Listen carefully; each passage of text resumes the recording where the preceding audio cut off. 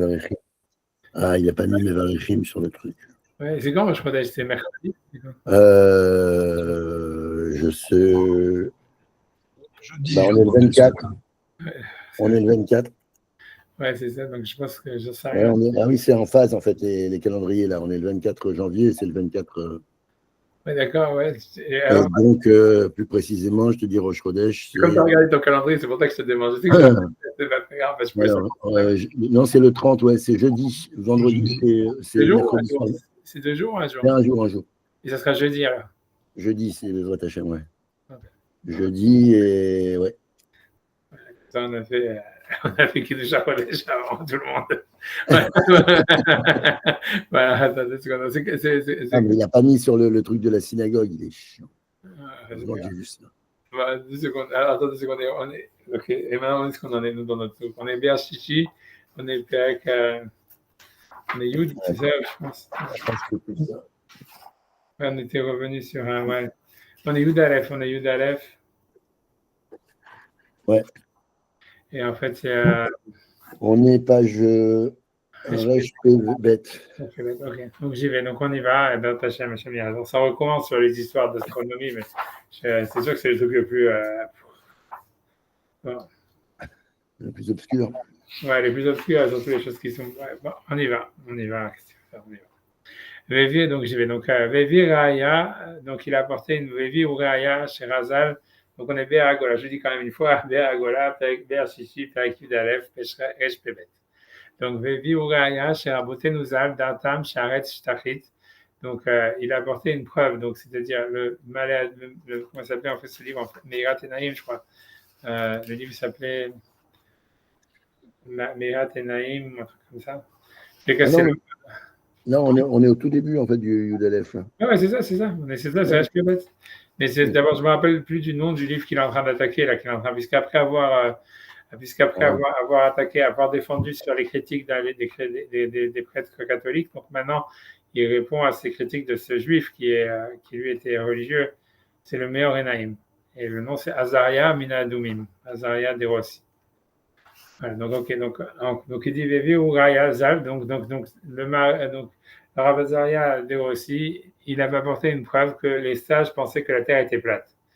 Donc ils ne comprenaient rien, quoi. Avec Chéni de Batra, dans le 2e chapitre de Batra, Tania, il est enseigné dans une braïta, Rabbi Eliezer Omer, Rabbi Eliezer dit, Aolam domé le Arsadra. Le monde ressemble à une véranda. Arsadra, ça veut dire, c'est une, comment dire, c'est une véranda, c'est-à-dire c'est un binyan, c'est un building dans lequel il y a 3 murs, mais le 4e mur, il est ouvert. Ce qui était à l'époque, voilà, que ça existait comme ça. Et donc, Veguar Sephonit Ena Mesouvevet, ou Eno Mesouchechet. Et donc, ça serait le côté nord qui n'est pas en fait fermé, qui est ouvert, quoi. Donc, il y a un côté ouvert, et ce côté ouvert, c'est le côté nord. Donc, chez Achama Magi Aleken Maravit Sephonit, et lorsque le soleil il arrive à l'angle ouest-nord, Nirfefet, ça veut dire, a priori, ça se tord. Kafouf, ça veut dire, ouais, elle se tord, on va dire, elle se plie.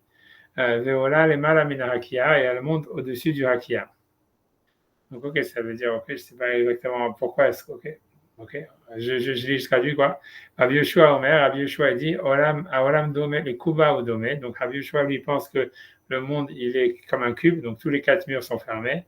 Le Wart Sephonit Mesouchéchet, et donc même le côté nord, il est fermé. Donc, chez Achama Magia Leken Mahavit Sephonit, mais lorsque le soleil il arrive à l'angle ouest-nord, Makefet Ahore Akiba. Ça veut dire, elle fait le tour en dessous de derrière, pardon, elle fait le tour derrière la kippa, ça voudrait dire, je ne sais pas, le globe, derrière, je ne sais pas de quel kippa il est question. On a l'impression que ça voudrait dire. Ça veut dire le sens, la première chose qui me vient à l'esprit, c'est que kippa, ça serait comme si, même si c'est un cube, c'est comme si en haut, il y aurait une sorte de toit, un dôme, tu vois. Kippa, ça veut dire le dôme. Elle fait le tour derrière le dôme. Donc quel dôme, tu vois, mais puisque tout à l'heure, il nous a parlé d'un cube. Mais tu vois, mais ça voudrait dire... Kippa Barzel. Comment je pas entendu? Kippa Barzel. Kippa de Barzel, ok. Non, on le connaît ce mot-là. Oui, d'accord, ok, Kippa de Barzel, ok, très bien. Ok, mais oui, ok, Ok, mais d'où est-ce qu'il sort cette kippat barzel? Je ne sais pas. Donc peut-être c'est ça. Donc ça voudrait dire comme c'est un dôme qui est en tous les cas en haut, quoi. C'est un dôme qui serait dans le toit, quoi. Ce serait un cube avec un dôme au-dessus. Ça, en tous les cas. Donc, ok, donc en tout cas, c'est ça. A priori, c'est ça ce qu'il parle. Donc, la kippat ahoa kippa, c'est-à-dire elle fait le tour derrière le dôme. Chez Nehemar, parce que le verset dit Olech el darom, ça veut dire il va vers le sud. Vesovev el safon, et il fait le tour vers le nord. Olech el darom bayom, ça veut dire elle va vers le sud pendant la journée. Vesovev el safon, et elle fait le tour vers le nord. Leolam, toujours, balayla, pendant la nuit. Et donc, c'est pour ça, en fait, quand le soleil ressort, en fait, il ressort plutôt, il ressort vers le côté nord-est. Voilà. Sovev, olech arouach. Donc, ça, c'est le verset qui dit ça tourne, le vent tourne. Il tourne, le vent va. El pene mizrach ou pene marav, c'est ça, c'est en ce qui concerne l'est et l'ouest. C'est permis, mais ça vatan, parce que parfois, donc, le soleil il fait le tour, c'est-à-dire que c'est en été, en fait, le soleil il fait, on va dire, c'est-à-dire dans l'ellipse du soleil, c'est comme s'il se couche. L'idée c'est qu'il se lève au nord-est et il se couche au nord-ouest aussi, mais ça veut dire après avoir fait un tour des trois côtés, ça voudrait dire, ou plutôt, je veux dire, il se lève au sud-est et il se couche au sud-est. Et après avoir fait le tour des trois côtés, ça veut dire, quand les journées elles sont les plus longues, et je pense que c'est ça ce qui se passe. Et alors que quand c'est l'hiver, ça veut dire il se lève au nord-est et il se couche au nord-ouest. Et en fait, donc en fait, il fait une ellipse beaucoup plus courte ça veut dire qu'il fait qu'un seul côté, quoi, qu'il fait que le côté est-ouest sur le côté nord, quoi. C'est un truc comme ça, tu vois, c'est ça ce que ça veut dire. Ça veut dire tu vois, c'est ce que le Lagma veut dire. Ça, c'est plus ou moins certain. Peut-être je m'embrouille entre le nord-ouest et le sud. Tu vois, quand est-ce que c'est au nord ou au sud? À mon avis, c'est en été, il se lève au sud, il se couche au sud, et en hiver, il se lève au nord et il se couche au nord. Et la différence, c'est ça veut dire, il fait pas. Il semblerait que dans l'éclipse solaire, si on regarde le soleil vraiment, en fait, il fait une sorte d'arc de cercle, quoi. Et plus la journée elle est longue, plus l'arc de cercle, en fait, il est prolongé si tu veux, vers le nord et le sud, quoi. Ça veut dire, tu vois, c'est comme si, tu vois, c'est le point de départ, tu vois, c'est. Je vais pas, comme tu fais un regard bizarre, mais je te dis que c'est ça le truc. Voilà, on va le faire. Il y a la note 9. J'ai aucune idée, moi. Mais on va faire dans les mots, si tu veux, la note 634. Donc, il dit. Beyam Arour, tout ça, c'est des citations, je crois, de Rachid, donc dans 834 ou 634. J'ai pas envie de. Bon, je sais pas si je mets mes lunettes de lecture. Moi, j'essaie de faire ça. Tu vois, mais Yom Arour, moi, je peux les mettre. Moi, j'en sais rien. Je vais essayer de faire ça. Mais Yom Arour, c'est Al-Tkoufat Achama. Donc, ça veut dire dans les journées longues. Donc, on est Tkoufat Tammuz. Bon, ok, je devrais mettre mes lunettes, mais moi, je continue quand même. Deuxième erreur, je mets les lunettes.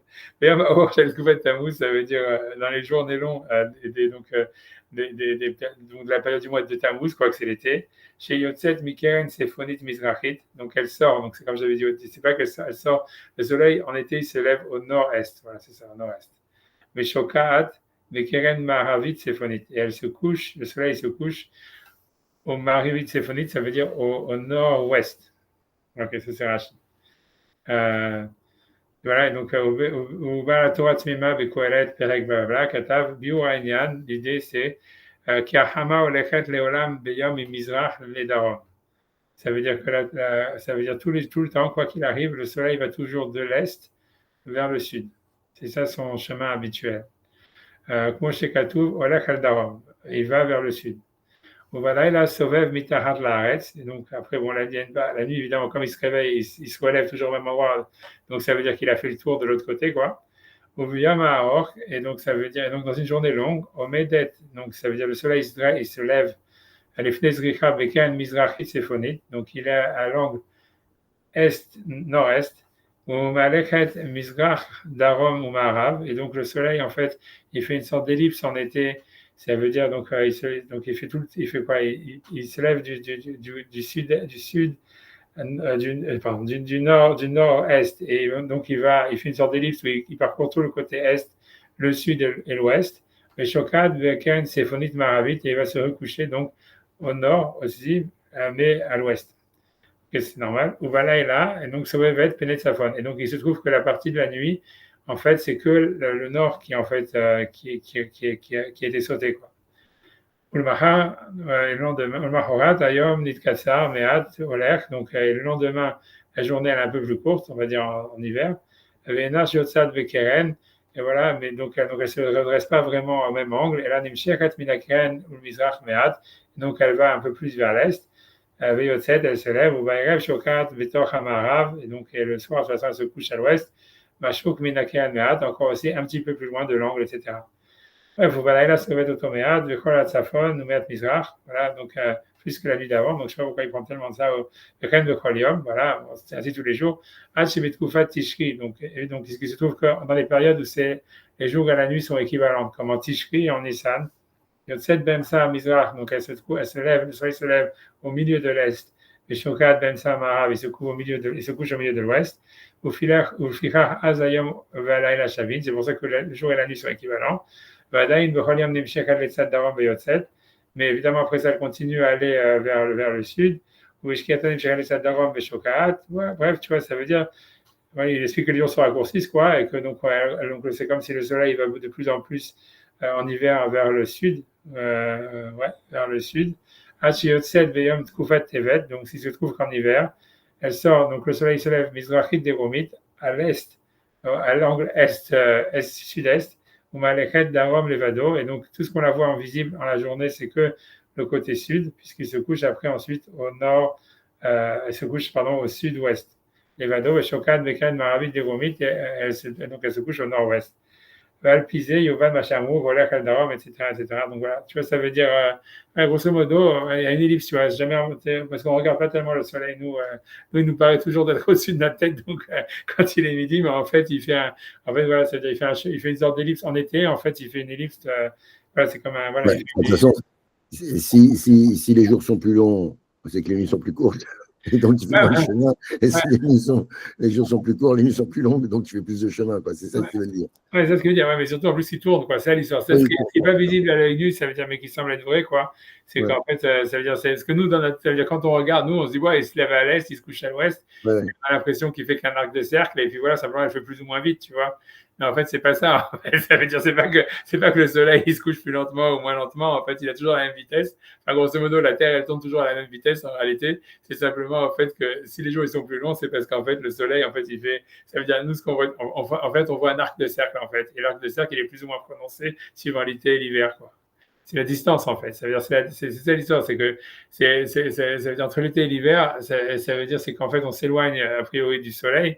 Mais en fait, tu vois, entre l'été et l'hiver, on sait, qu'est-ce qui se passe? On doit s'éloigner, ou j'en sais rien, ou l'axe de rotation, je ne sais pas comment ça fonctionne, tu vois. On va dire, si on prend la vision de l'Agmara, que c'est le soleil qui tourne autour de la Terre, c'est plus facile, tu vois, ça veut dire grosso modo, c'est qu'en fait, c'est que le soleil va toujours à la même vitesse en réalité, et en hiver, en été, il ne change pas, enfin, ou la Terre, elle change pas de vitesse. Donc pourquoi c'est plus long, pourquoi c'est plus court? C'est parce qu'en fait, le soleil ou la Terre, enfin, peu importe comment ça fonctionne, dans tous les cas. Ça fonctionne parce que la Terre, l'axe de la Terre, il n'est pas perpendiculaire au soleil, il est penché. Donc qui fait la différence. Ouais, donc après, comment ça marche? J'arrive jamais à me rappeler quand on est plus près du soleil, c'est l'hiver, quand on est plus loin, c'est l'été, je crois. Et je me plante toujours. Quoi. C'est pas grave. Je ne me rappelle plus comment ça se passe. En tout cas, le principal, c'est que la vitesse en hiver, en été, le soleil, il va toujours à la même vitesse, ou la Terre va toujours à la même vitesse. Donc, en fait, si les journées sont plus longues ou plus courtes, c'est parce qu'en fait, la distance que le soleil parcourt, que la Terre, elle parcourt par rapport à son axe, où elle voit le soleil parcourir, elle est plus longue. Et donc, si on observait avec des instruments, on verrait ça, quoi. En fait, le côté nord, ça veut dire en hiver, le soleil, il se lève encore une fois au nord-est, et il se couche. Non, il se lève au sud-est et il se couche au nord-est. Et en fait, il fait que en fait que couvrir le côté nord, ce qu'ils appellent, tu vois. Mais en fait, il se lève en hiver, le soleil il se couche en fait selon eux au sud. Ouais, il se couche au sud, mais il parcourt en fait le côté nord. Je sais pas comment est-ce qu'ils font ça, puisqu'ils parcourent le côté, sud, eux ils appellent ça côté nord, je sais même pas ce qu'ils veulent dire par là. Mais peut-être ce qu'ils veulent dire, ça veut dire en fait, ça veut dire qu'il va vers le nord, peut-être, tu vois. Parce qu'en fait, s'il se couche, je préfère s'il se lève au sud, s'il se lève au nord-est, il se lève au nord-est et il se couche au sud-est, en fait, ce qu'il a partout couru, c'est le côté, c'est l'est et l'ouest, tu vois. Je sais pas pourquoi ils disent le nord ou le sud, tu vois, mais ça veut dire, ils expliquent l'idée, j'imagine qu'ils veulent dire que voilà, quoi, ça veut dire, ouais, il n'a pas fait d'ellipse, quoi. Donc, il n'a pas fait d'ellipse, ok, donc il est resté sur le côté sud, quoi. C'est ce que ça veut dire. Il est resté vers le sud, il est resté vers le sud. Il est même parti vers le sud, quoi, puisqu'en fait, les jours en hiver, les jours ils se raccourcissent, et donc ça voudrait dire en fait à chaque fois, il va vers le sud, quoi. À chaque fois, il se lève plus vers le sud et il se couche plus vers le sud. C'est ça que ça voudrait dire. Et, ça veut dire, mais et voilà. Donc ça veut dire grosso modo, ça veut dire qu'on peut voir le soleil se lever et se coucher. En fait, donc, durant l'année, on peut voir le soleil se lever et se coucher partout en fait à l'horizon, suivant la période de la saison, sauf au nord, quoi. Tu verras jamais en fait le soleil se lever au nord, à l'extrême, ouais, ouais, à l'extrême nord. Mais non, même pas, c'est même pas ça. C'est puisqu'en fait, en fait, non, le soleil, en fait, les levées de soleil et les couchers de soleil sont toujours, on va dire, au même endroit.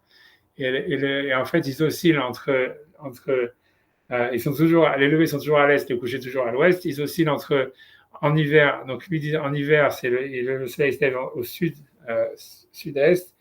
Et en été, le soleil, il se lève au sud-ouest. Au nord-est, ok. Et maintenant, quand le soleil, en tout cas, donc le soleil, mais voilà, après ça, c'est l'histoire, c'est que le soleil, donc le soleil, il se lève jamais, on va dire, le soleil, il se lève jamais à l'extrême nord ou à l'extrême sud, ça c'est sûr, ni il se couche jamais là-bas. Mais la différence, c'est qu'il fait une ellipse. Ça veut dire, donc c'est au niveau du coucher et du lever, c'est toujours est-ouest, et ça varie entre l'angle, entre le matin, donc ça se lève entre le nord-est et le sud-est. Et ça veut dire qu'en été, ça serait plutôt le sud-est, pardon, le nord-est, et en hiver, ça serait plus le sud-est. Et ça, c'est pour le lever. Pour le coucher, c'est aussi la même chose avec l'ouest. Et ça, c'est toujours constant. Et donc, on ne verra jamais le soleil se lever ni vraiment au centre du sud ni au centre de l'ouest. Mais en fait, c'est l'ellipse qu'il fait pendant la journée. Voilà, c'est soit il va tout droit d'est en ouest, et soit il va tout droit, soit il fait une ellipse. Alors, quand il va tout droit d'est en ouest, c'est en hiver. Et à ce moment-là, il se lève au sud. Donc c'est ça ce qu'elle appelle, la Gemara, elle appelle qu'en fait que le soleil, voilà, c'est que en fait, voilà, ce qui arrive jamais, grosso modo, c'est que le soleil, ce qui arrive jamais, c'est que le soleil en été, il se lève, on va dire, au nord-est et il va se coucher au nord-ouest. Ça arrive jamais en fait il fait un chemin direct, ça veut dire qu'il y va tout droit. C'est ça l'histoire. Quand le soleil se lève au nord, quand le soleil se lève au nord et il se couche au sud, il se lève au nord et il se couche au nord, ça veut dire en été, quoi, quand c'est les journées les plus longues, etc. C'est-à-dire que quand le soleil se lève il se lève le matin au nord-est et il se couche le soir au nord-ouest, et ça, en fait, ça, c'est dans les journées les plus longues, c'est en été. En fait, dans ce temps-là, en fait, le soleil, il est incapable de faire un chemin droit. Il est obligé de faire le tour. Et donc, c'est ça ce qu'elle appelle, en fait, la Gemara, que c'est ça. Parce que ça, maintenant, je comprends ce que ça veut dire. Chez Gemara, je dis, des milliards de fois, on l'a fait, mais on l'a déjà fait même avant. Déjà, le Marais l'a ramené, moi, 5 fois avant. Mais je n'avais jamais été convaincu. Tu vois, il l'a ramené avant. On l'a déjà fait, ça, je suis sûr, cette Gemara. On l'a déjà vu, on l'a déjà vu. Ça veut dire, on l'a déjà vu, il y a pas, elle est ramenée dans un autre verre avant, tu vois. Mais bon, mais peu importe, tu vois, mais ouais, bref, tu vois, j'ai pas envie d'entrer dans l'histoire, donc, j'avais pas compris en fait. Maintenant, je comprends. Ça veut dire, c'est ça ce que ça veut dire. Ça veut dire que le soleil, il n'est pas capable quand il se lève au nord, d'aller tout droit. Il est obligé de faire un détour. Il est obligé. C'est pour ça que les journées en été elles sont tellement longues, parce qu'en fait, il fait une ellipse. Il fait une grosse ellipse. Et la Gemara se demande pourquoi. Alors, c'est parce qu'en fait, voilà, soit le côté nord, en fait, il est pas fermé. Et donc, qu'est-ce qui se passe? Je sais pas. Donc, je sais pas, il disparaît.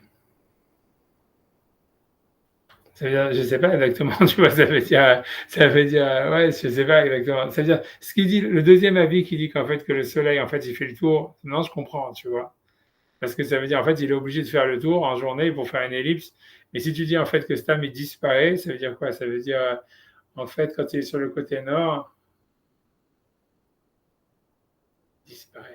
disparaît, il sort du Rakia. Il sort du Rakia. Et pourquoi alors il fait le tour? Ça veut dire. Ouais, je sais pas, tu vois, ça voudrait dire peut-être. C'est difficile, hein, j'essaie d'envisager qu'est-ce que ça peut vouloir dire. Ça veut dire pourquoi le soleil, il est incapable d'aller du nord, il est incapable d'aller, quand il se lève au nord, d'aller tout droit. Il dit parce qu'en fait, il y a le rakia. Ouais, mais ça veut dire, il semble dire. En fait, normalement, en journée, il fait le tour. Si en fait il allait tout droit, en fait, il disparaîtrait de la Terre, de l'orbite, parce qu'il passerait sous la fenêtre, quoi. Et comme il y a une sorte de fenêtre, ce côté nord, en fait, il est complètement ouvert. Donc le soleil, en fait, et qu'est-ce que tu vois, on a l'impression que ça veut dire, il y passe pendant la nuit, quoi, un truc comme ça. Il y passe pendant la nuit, mais pendant la journée, il l'évite, justement pour pas rentrer dans un trou noir, quoi. C'est comme si ça serait une sorte de trou noir. Le côté nord, ça serait comme une sorte de trou noir que le soleil, il doit éviter. Et en fait, pendant la nuit, il rentre dans ce trou noir pour se lever le lendemain matin. Ça veut dire un truc comme ça, c'est ça ce que ça voudrait dire. Ça veut dire, on va reprendre la Gemara 2 secondes. J'en profite que tu vois que comme il n'y a pas. Donc, je reprends la Gemara. La Gemara dit que la terre elle était plate.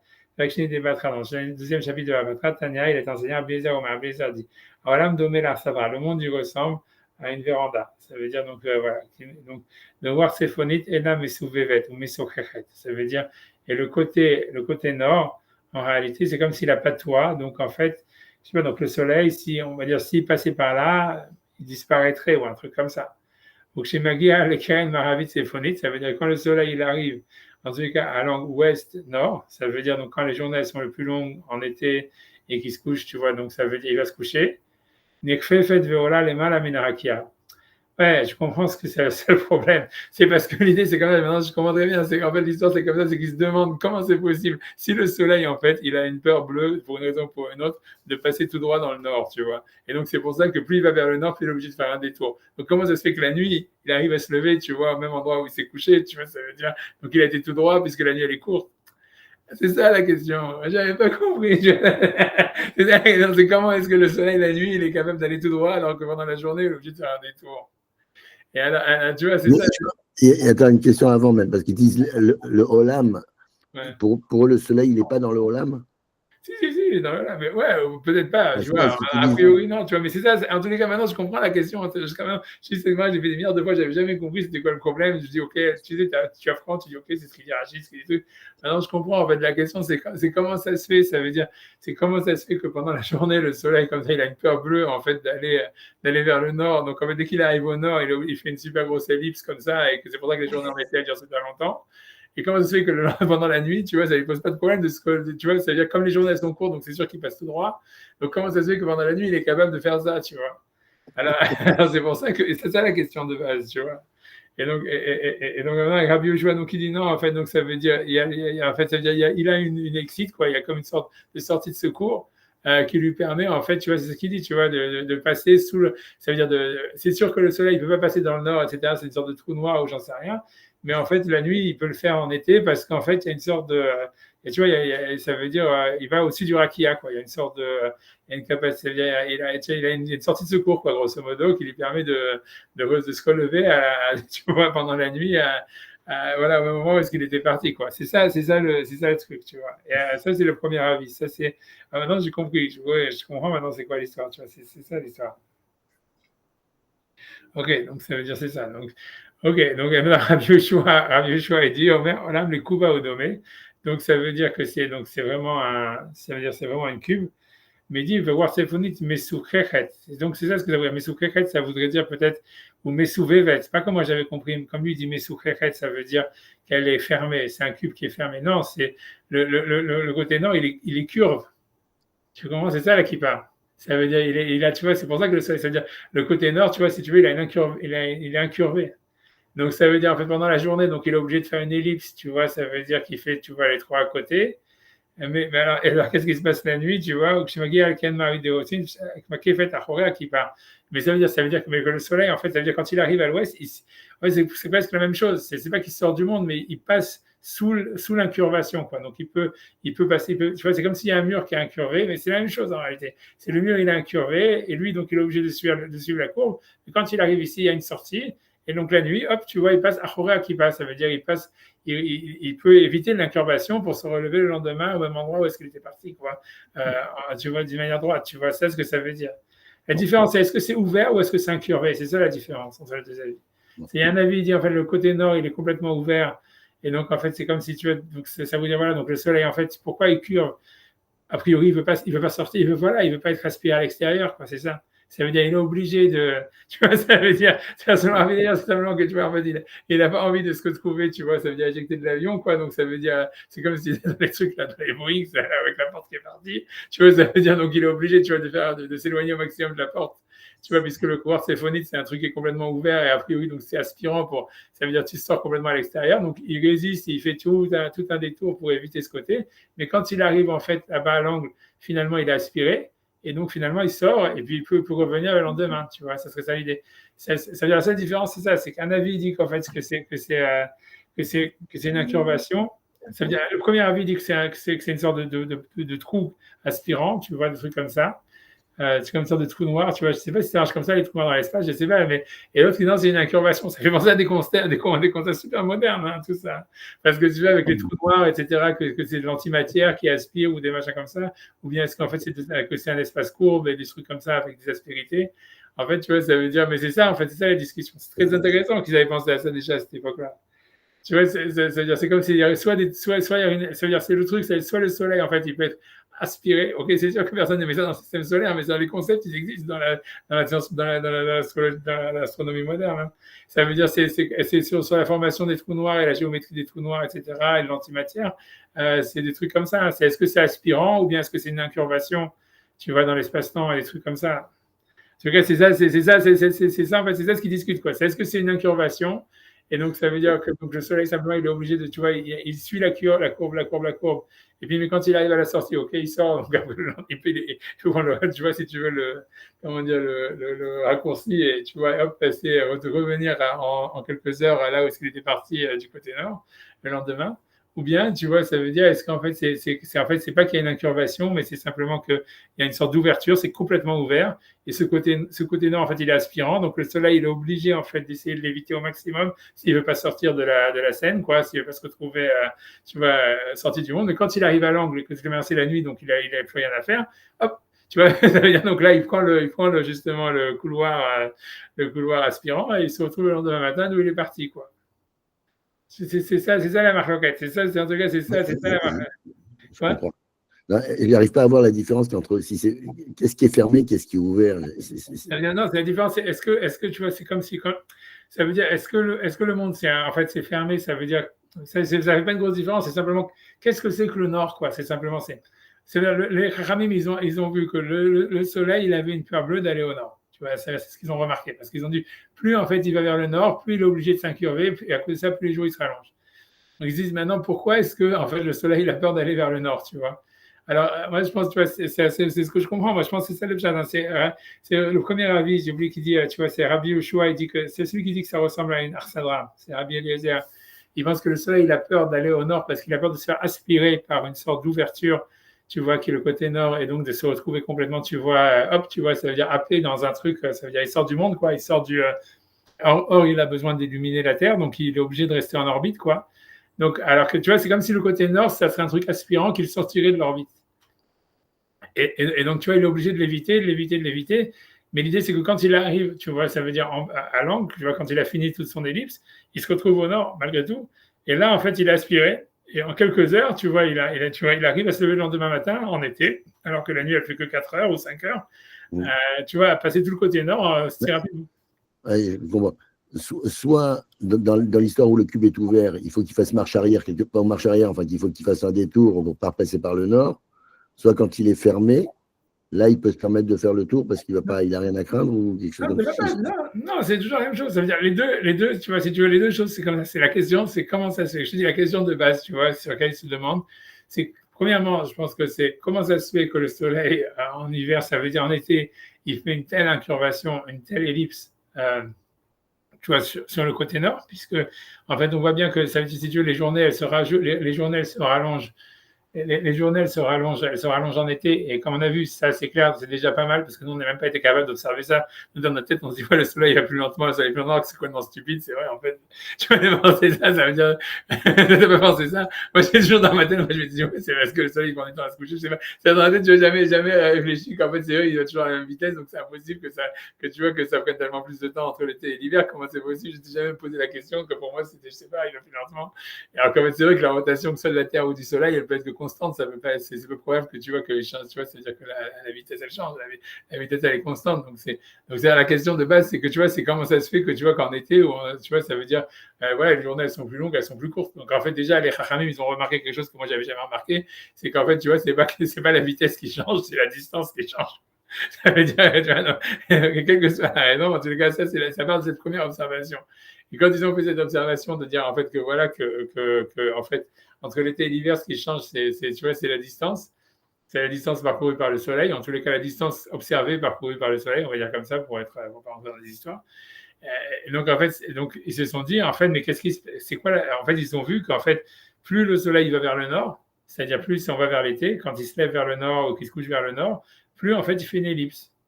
Tu vois, ça veut dire, voilà. Donc c'est pour ça que les journées en été elles sont tellement longues, parce qu'en fait le soleil il se couche au nord-est, il se lève au nord-est et il se couche au nord-ouest, et en fait plus il va vers le nord, en fait plus il fait une ellipse. Et donc ok, donc elle s'était dit dans la première étape logique, elle s'est dit, ouais, donc ça veut dire, je sais pas, que le nord en fait c'est ou bien le soleil il est vite, ou bien je sais rien, tu vois, ou bien c'est comme ça, c'est incurvé, et qu'en fait il n'y a pas le choix, quoi. C'est comme si le soleil il est obligé d'incurver à ce moment-là tu vois, dans son mouvement, quelle que soit la raison. Mais l'autre question qu'ils se sont demandé, mais alors comment ça se fait que la nuit, tu vois, il se réveille, tu vois, il se lève à l'angle et il a parcouru la même distance, ce fameux côté nord, en quelques heures, tu vois, ça veut dire comment c'est possible.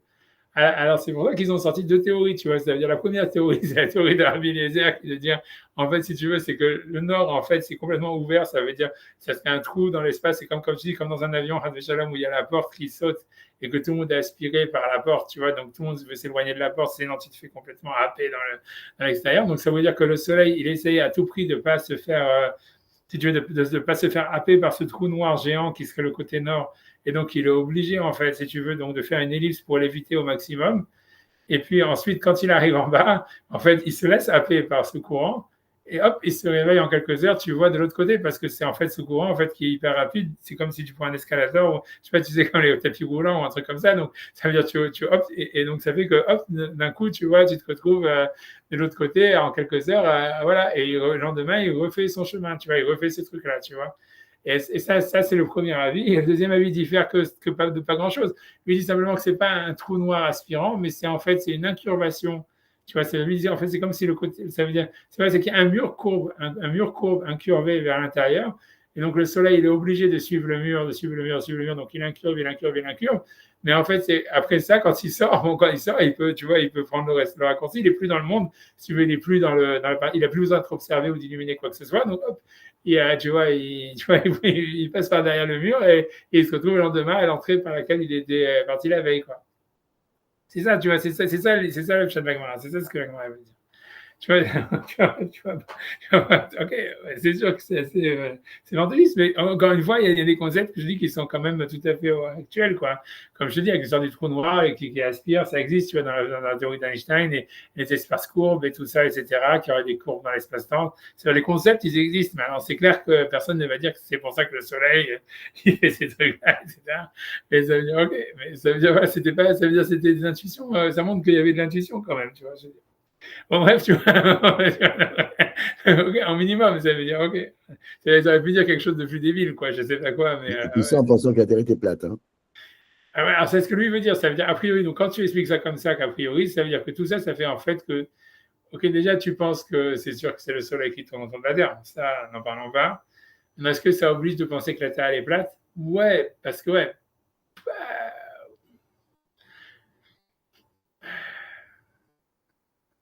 Ouais, parce que ouais, parce qu'il veut dire, ce qu'il veut dire, je pense que comment il s'appelle, le Meir le Meir Tenaïm, il veut dire, si la Terre était plate, donc si la Terre elle est ronde, t'as pas besoin d'arriver à des théories tellement farfelues, quoi. Tu dis simplement, tu vois, ça veut dire comme on pense, je pense que même si le Soleil, même si on disait que c'est la Terre qui tourne, que c'est le Soleil qui tourne autour de la Terre, même si on disait ça, en fait, ouais, tu pourrais comprendre pourquoi est-ce qu'en fait le Soleil tu vois, il fait toujours le tour et en fait, il est sous une autre partie du globe, il passe sous la Terre.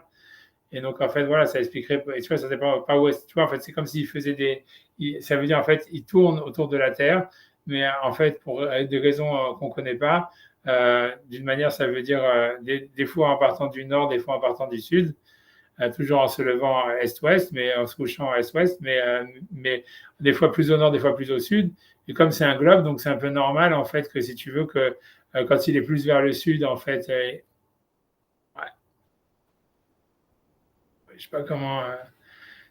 En fait, c'est vrai, c'est même si la Terre elle est ronde, si tu penses que le Soleil tourne autour de la Terre, tu es obligé tu peux penser une théorie comme ça, quoi. C'est vrai qu'en fait, après, tu te dis, je sais pas, on va voir, lui, pourquoi est-ce il voit que la Terre elle est plate là-dedans. En tout cas, moi, je vois pas c'est pas clair. C'est vrai que le Soleil tourne autour de la Terre. Oui, que le Soleil tourne. Non, ben, si tu te mets sur la Terre et que tu le regardes, tu peux penser qu'il tourne autour de la Terre. Après, ça dépend du point de référence. C'est le Si mouvement. tu prends le point de référence sur la Terre, le Soleil tourne, que tu le veuilles ou non. Oui, non, Après, peut-être qu'il tourne, mais ça l'empêche. Oui, c'est le mouvement observé, c'est le mouvement observé. C'est ça, ok. On va voir, mais je vois pas d'où est-ce qu'on voit de là qu'il pensait que la Terre était plate. On va voir, en tous les cas, moi, Baruch Hashem, tu vois, après toutes ces années, je sais pas, par votre mérite, moi j'ai compris maintenant ce qui se passait, quoi. Ça veut dire, parce que moi tout ça, je l'avais déjà lu des milliards de fois, tu vois, même tout ça, ça veut dire le Rashi, le Torah Tmima, et je comprenais pas ce qu'il voulait, tu vois. Je me dis, ok, ça veut dire ça veut dire ça. Et, ah, j'ai compris maintenant, c'est tout, c'est ça, ça veut dire, c'est comment ça se fait. La vraie question, c'est pourquoi, quand il arrive au nord, il est obligé de faire une tellement grande ellipse. Et deuxièmement, c'est comment ça se fait que pendant la nuit, il arrive à se lever, à faire le même chemin en si peu de temps, tu vois. Et c'est ça, c'est ça la question de base, tu vois. Et après ça, c'est des réponses, tu vois. Soit c'est parce que le côté nord, il est incurvé, et donc, en fait, pendant la journée, il est obligé de suivre la courbe du mur. Soit, en fait, c'est un grand trou, et il a peur de transpirer, donc il s'en écarte au maximum. Et après ça, tu vois, quoi qu'il arrive, tu vois, c'est voilà. Et la nuit, soit il se laisse aspirer par le trou, et donc c'est comme ça qu'il arrive tellement vite à retrouver au même endroit qu'il était parti. Soit en fait, c'est parce il passe par derrière le mur, quoi, et donc il n'a pas besoin de suivre la courbe, donc il va beaucoup plus vite, et donc c'est pour ça qu'il se réveille, il se retrouve au même endroit où il était parti, dans un chemin beaucoup plus court. Ça c'est ce que l'Agmara a dit. Maintenant, je vois pas comment est-ce que la Terre est plate ou pas plate là-dedans. Je sais pas comment il sort ça. Donc 2 secondes. Donc, en tout cas, je continue. Donc, après, donc, en tous les cas, donc, je vais vous faire une malachata. Donc, Piège Rachid, je prends à partir de, au Piège Rachid, donc c'est la première colonne. C'est 2, 4, 6, 1, 2, 4, 6, 7, septième ligne en partant du bas. Au Piège Rachid, donc Rachid, il a expliqué, Vézé le Shono, et c'est ça son langage. Domé l'Arsadra, ça ressemble à une Arsadra, ça veut dire, donc, ça veut dire une véranda. Chen la Dofan Revit, qui n'a pas qui n'a pas de quatrième mur. Et donc, ce serait le côté nord qui est complètement ouvert. Donc Fena Mesoukechet, donc selon lui, elle n'est pas, selon Rabbi Eliezer, donc c'est un truc qui est complètement ouvert. Memchitsa, donc il n'y a pas de porte. Et donc, à mon avis, ça veut dire, grosso modo, le soleil, il a peur d'être aspiré là-dedans, tu vois, c'est ce qu'il faut rajouter. Et donc, c'est pour ça qu'il fait le détour. Les Maala Minarakia, et donc ça veut dire que selon Rabbi Eliezer, donc quand c'est la nuit, finalement, il sort du monde, le soleil. Malechet Rucho Shel Safon, Begova Shel Rakia. Ça veut dire donc donc là, il poursuit le chemin du nord pendant la nuit au-dessus du Rakia, quoi. Donc en étant aspiré par ce trou noir ou en étant, ça veut dire, je sais pas quoi, tu vois, en suivant ce chemin, voilà. Les Kouva, ça c'est le premier avis, donc c'est Rabbi Eliezer. Par contre, comment il s'appelle, Rabbi Yehoshua, lui dit les Kouva, ça veut dire que le monde il ressemble à un cube. Tu vois, donc je suis dans la première colonne, on lit Rashi. Voilà, les Kuba, donc ça ressemble à un cube. Les Ohel, ça veut dire une tente, c'est Kulo Mukaf qui est entièrement fermée. Et donc quand il arrive au Keren Maravit, c'est phonite, mais quand il arrive au côté ouest-nord, ça veut dire la nuit en nuit d'été, Balaïla la nuit, Shachama Malechet Ouar Sephonite Leolam Balaïla, puisque le soleil va toujours en tous les cas couvrir le côté nord uniquement dans la nuit. Au Minamarav, au Poney, et donc de l'ouest, il va aller vers le Tsafon, vers le nord, chez Karkiloucho, parce que c'est ça, en fait, sa manière d'aller. Minamizrach, les Darom, ça veut dire de l'est vers le sud. Au Midarom, les Maharav, et du sud vers l'ouest. Ou Maharav, les Tsafon, et de l'ouest au nord. Et donc, Vechoser Ahora Kipa, donc ça veut dire il sort de l'autre côté de la curve, parce que la Kipa, en fait, c'est la curve, c'est l'incurvation du mur. Et Rachid dit derrière Chalon, par une fenêtre, tu vois. c'est pas qu'il est à Misgarbet, il faut bien qu'il sorte un moment puisqu'on ne le voit pas. Donc ça veut dire, c'est pour qu'il puisse aller derrière l'incurvation du mur pendant la nuit. Donc ça veut dire en fait, il a donc selon Rabbi Eliezer, simplement c'est complètement ouvert et c'est un trou aspirant. Non, c'est en fait c'est une curve, mais il a une sortie de secours où il peut passer derrière. Tu vas derrière Chalon par une fenêtre. Il va vers le sud. Hekef Hayom, Koré Roler. Ok, donc lui il explique simplement comment ça marche avec les psukim. Ça veut dire il va vers le sud, ça c'est dans le chemin normal. Ce que le pasuk dans Kohelet il appelle il va, ça veut dire qu'il est visible. Tu vois, Ekef Hayom, Oler, Shiu Betor HaChalal, ça veut dire pourquoi il est visible? Parce qu'en fait il est dans l'espace, il est dans le cube, soit dans le cube, soit dans la véranda. Vekef Alayla, Karu Sovev. Et par contre, quand il fait le tour la nuit, c'est ce que dans Kohelet ils appellent Sovev, c'est-à-dire qu'il fait le tour. Chez Omakif Mibarhout, ça veut dire voilà, il y a un chemin de secours de l'extérieur, quoi. Donc il fait le tour par derrière, quoi. Au Vayom, le Olam Alechet Vedarom, et donc toujours donc pendant la journée, le soleil il va vers le sud. Afilu Bayom Katsar, et donc même quand les journées sont les plus courtes, ça veut dire en hiver. Et non Malach Pachot Miroir Romit, il va toujours au moins, ça veut dire couvrir, ça veut dire le sud, ça veut dire, ce qui veut dire c'est qu'il se lève au sud-est et il se couche il se lève au sud-est et il se couche au sud-est, ça c'est en hiver, c'est maintenant. Mais Sobev El Safon Balaïla, et il fait le tour vers le nord pendant la nuit. Av Balaïla, donc ça veut dire toujours le côté nord, en fait, on voit jamais en fait le soleil en fait au côté nord, quoi. Jamais il va être visible du côté nord. Il fait toujours une incurvation pour éviter le côté nord. Av Belaïla Ketzar Shel Tammuz, même dans les nuits les plus courtes du mois de Tammuz. Et non, mais Soev Parot Mewar Sephonit, ça veut dire il fait au moins le tour du côté nord, quoi. Ça veut dire il essaye de s'éloigner au maximum du côté nord. Voilà. Ok, donc ça c'est l'agma. On va jamais maintenant voir qu'est-ce que lui il veut dire le Merat Enaim. Donc il divisait les shono, avec Yudalef Mimrebina. Arrêt de Chol Mevin Alachazo Al-Mechona. Donc voilà, celui qui comprend cette halakha comme il faut. Chez Meyotam Cholkim Besivu voir Sephonit. Ça veut dire que la discussion elle est de savoir pourquoi on va dire le soleil il fait une telle ellipse pour éviter le côté nord et comment est-ce qu'il arrive à la passer rapidement pendant la nuit.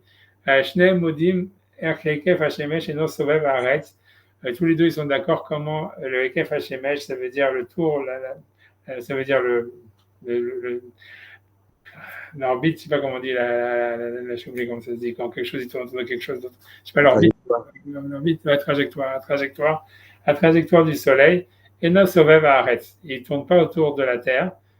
Et nos Sovev Haaretz, mais Aléa, les Tartéa, pour passer en dessous, quoi, comme si quelque chose qui tourne autour d'une sphère. Kesaviv Galgal Even, comme une pierre qui tournerait autour d'une sphère. Un mashkezet d'Hermachal, une pierre, je ne sais pas, quand on essaie d'aiguiser quand on essaie de faire passer je ne sais pas, il parle d'une pierre qui aiguise et qui est autour d'un globe. Je sais pas ce qui veut dire, c'est qu'ils n'ont pas compris que c'était un globe, quoi. Si c'était un globe, toutes les questions ne se poseraient pas, quoi. Voilà,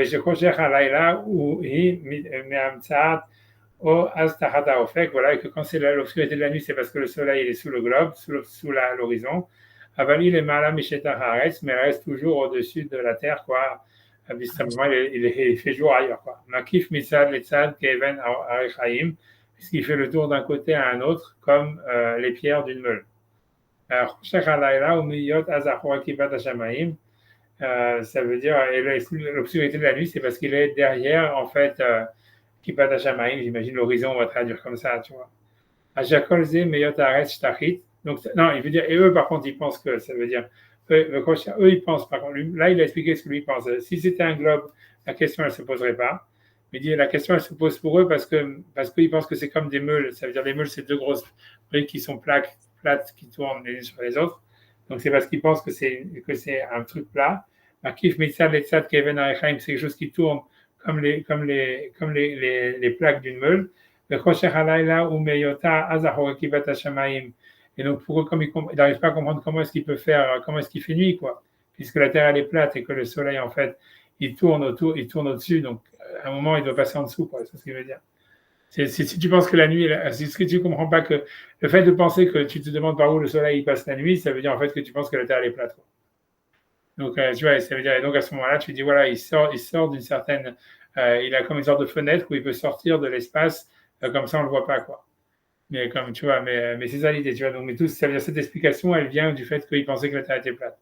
Mais Roger Halayla ou Miyotor, Azahore, Kibat Hashamayim, et donc l'obscurité de la nuit, elle vient parce que le soleil il est sorti, en fait, si tu veux, ça veut dire du Kibat Hashamayim, on va dire, je sais pas, de l'espace ou quelque chose comme ça, de l'atmosphère. Ajakolze Miyot Haaretz Tachid, mais en tous les cas, tout ça, si on pense comme ça, c'est parce qu'on pense que la Terre est plate. Hashamayim Kofefim Bilvad, et qu'il n'y a que les cieux qui tournent. Comment Arsadra, donc ça veut dire ils tournent ou bien ils sont ça veut dire ils sont comment dire en Rofef, ça veut dire ils sont en apesanteur, c'est-à-dire ils volent quoi, ils sont en apesanteur uniquement. Comment Arsadra, comme une véranda, OAOL ou comme une tente, à Tofef, à Rispat Abaïd, qui est en fait qui est posée sur le sol d'une maison. Adkan, voilà, ça c'est la fin de ces Ok, il a raison. Ça veut dire, grosso modo, ce qu'il dit, c'est que si jamais tu comprends que la Terre, c'est un globe, tu ne te poses pas la question qu'est-ce que le Soleil fait la nuit, quoi. Tu n'as pas besoin de trouver des explications pareilles, et c'est tout. Alors, ok, donc, Irba, Ishazé, Pirouche, Kedel, et Faresh, le vert, Aya, Datrachim, Zarim, Vechokim. Donc, il a dit que donc cet homme-là, ça veut dire, il a multiplié les explications pour expliquer et clarifier comment est-ce que la vie des sages, c'est que, donc, ils étaient bizarres, quoi, qu'ils pensaient des choses pareilles. Alors qu'il n'a pas compris, donc cet homme-là n'avait pas compris les choses simples. Les sots Kedosh Elion, et comment est-ce qu'il peut comprendre les secrets des saints suprêmes. Et tout homme intelligent et, je ne sais pas, perspicace ou ayant l'intuition qui a peur des paroles d'Hachem, il va déchirer son cœur, Al-Kol Mila ou Mila, Bidvarim Hataim, sur chacun des mots de ces fautes, de ces paroles de faute. Et j'ai confiance dans ceux qui restent des Juifs qui sont Nemanim, qui ont la Imuna, Am Hashem, le peuple d'Hachem, Ve'am Torato, et le peuple de sa Torah, Kilo Yashivu le Sefer Hazeh Shem et Sherit Israël, qui ne laisseront pas en fait de postérité à ce livre. Rak Yadunu Oto Kemishpato, mais qui le jugeront comme il doit être jugé. Qui a mevazet Haramim, parce que c'est lui qui fait la honte aux sages, Amou Bepek Chelek, Shoubicha la Omer, En Torah Min Hashamaim. C'est comme si quelqu'un disait que la Torah, elle vient pas du ciel, ou bien en fait que c'est un apikoros, ça veut dire un épicurien, vélo alaïch azé yashletraem, et c'est pas simplement sur cet homme, c'est pas sur cet homme-là qu'il faut avoir, comment dire, des reproches, comme Jamarnou, parce que voilà, ça veut dire c'est sa bêtise, quoi, ça existe les gens idiots, parce que beaucoup de gens sont stupides, mais voir Iverim, Oim Bekirbam, Toim, on va dire plutôt Toim Bekirbam, ça veut dire un esprit d'erreur est dans leur tête, dans leur cœur. Afshinatnu Hadvarim Elu les Bitfous, mais la question pour lui c'est comment ils ont laissé imprimer un livre pareil. Al-Kolze Davanafshi, ça veut dire voilà, c'est sur ça que son âme saigne, c'est les rabbanim qui ont donné une askama. Donc c'est pour ça qu'il y a lieu de répondre à ces paroles. Vélo Narouch les Bitoulazman, mais on va pas avoir peur de dire que c'est du Bitoulazman. Les Mahaniedou, que c'est une perte de temps, les Mahaniedou, Kolamé Aretz, pour qu'ils sachent tous les peuples de la nation, de la terre, Vélo Yechad Shalom, Od Kamou, et qu'il n'y a pas d'autre type qui va refaire un livre comme ça. Alors, Kikva Amarnou les Kha Inyan Hachamim, donc encore une fois, donc il va expliquer en disant que c'est pas une vérité physique ou scientifique. Kikva Amarnou les Kha Inyan Hachamim, Shelo Ishgichu Klal Benyan Agashmi, ça veut dire qu'ils n'étaient pas en train de se demander comment le monde matériel il fonctionne. Akal Inyan Amaout, mais c'est une vérité en fait transcendantale sur l'essence des choses. Amarnou les Hagam Kane, nous avons déjà dit aussi, Miché Sauver, que celui qui pense qu'il y a Rakia à Nemarkan ou à Galgal. Donc, est-ce que celui qui pense du Rakia dont il est question ici, c'est, je ne sais pas, le Galgal, ça voudrait dire l'espace, on va dire comme ça. Loevin Divrei Haramim, il n'a pas compris les paroles des sages. Velo Yada Meoma, il ne connaît rien, qui a Rakia Azé ou Mavdil Ben Ailionim ou Ben Tartonim. Donc, le Rakia dont il est question, c'est la différence entre le monde spirituel et le monde matériel. Comme on a vu, tu vois, donc c'est l'idée, tu vois, de ce qui a été créé le deuxième jour. Hachem, il a fait une séparation entre l'eau d'en haut et l'eau d'en bas, etc. Qui a une safek qui a Shgevoul ben Alionim et Tartonim, c'est sûr qu'il y a en fait une séparation entre les mondes inférieurs et les mondes supérieurs. Chez Nivdalim, Alionim et Tartonim, qui sont séparés des mondes supérieurs des mondes inférieurs. Rakia ou Mavdil ben Aïlonim et Tartonim. Et le Rakia, c'est ce qui fait la différence entre les mondes supérieurs et inférieurs, comme on avait vu avec Rabbi Akiva qui avait dit, quand on dans le Pardes, ne dites pas Altamou Maïm Maïm, les autres en bas, etc. On le livrait à Kol, à Hamam, à Lechet, et donc d'après tout le monde, donc le soleil, il va, mais ça va être les matins, mitarat l'aretz, donc d'après tout le monde, donc le soleil, il est dans le monde matériel, quoi, donc il est en dessous du Rakia, quoi, sous la terre, en dessous de la terre, ou bien il veut dire, non, tout le monde est d'accord que la terre c'est un globe, et que la terre, et que le soleil peut aller sous le globe, c'est ce qu'il veut dire. J'imagine comme ça. Au Marocain, Rabbi Elazar, Rabbi Yoshua, et la discussion de Rabbi Elazar, Rabbi Yoshua, qui veut dire Rabbi Elazar en Rakia. Donc, selon Rabbi Elazar, il n'y a pas de Rakia, chez Umavdil ben Aïlionim et Tartonim, Betsat Safon. Ça veut dire qu'il n'y a pas de Rakia qui séparait, en fait, le monde suprême et le monde inférieur au côté nord. Et Tam chez Nevaer, d'une manière, pour une raison qu'on va expliquer. Ben Rakia Zé ou Agalgal, et donc le Rakia, dont c'est les questions ici, ce n'est pas le Galgal. Akshakia ou Amavdil ben Aolamot Aïlionim et Tartonim, mais le Rakia, c'est ce qui fait une séparation entre les mondes supérieurs et les mondes inférieurs. On fait dit vrai à Kol, Achama ou Lechet Lema la Rakia. Et d'après tout le monde, donc le soleil va au-dessus du Rakia, que l'on marche chez Shevdel, c'est-à-dire donc qu'il y a une différence, ou à Rakia, ça veut dire qu'il y a le Rakia, ben Ahama ou ben Haaretz, entre le soleil et la terre. Ça veut dire que le monde, il serait, on va voir, ok. Vous, chez Amar, sur le cas de l'Emal Amin Rakia, parce qu'au début, la Gemara a dit que le soleil va au-dessus du Rakia. Donc on va voir qu'est-ce que ça veut dire. Moshe Dvar l'Emala chez Kardat Rachme Israël. Que c'était ça, on a déjà vu plusieurs fois que c'était ça la vie des sages d'Israël, donc dans Psachim, comme il dit, voilà, ça veut dire que là-bas où la Gemara dans Psachim, si je regarde dans la note 849, là-bas il y avait marqué Tanou Abanan, Chachmi Israël Amrim Bayom Chamam Alechet Lemata Min Rakia, c'est un sage qui nous a enseigné pendant la journée, le soleil il va en dessous du Rakia, ou Valaïla Olechet Lemata Min Rakia, et la nuit elle va au-dessus du Rakia. Ok, donc ça c'est Chachmi Israël. Et donc, en fait, voilà, donc, quelque part la nuit, quoi, quelque chose qui se passe, quoi. C'est pas que ça fait le tour. Ok,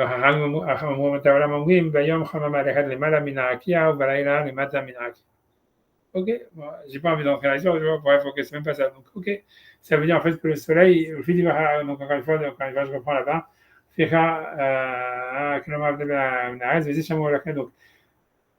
Donc, au fait d'ivrer à col, je reprends par ça, au fait d'ivrer à col, et d'après tout le monde, le soleil va au-dessus du Rakia, Kilomar chez Shevdel, c'est-à-dire qu'il y a une séparation ou à Rakia, qui est le Rakia, Ben Achama ou Ben Arez, entre le soleil et la terre.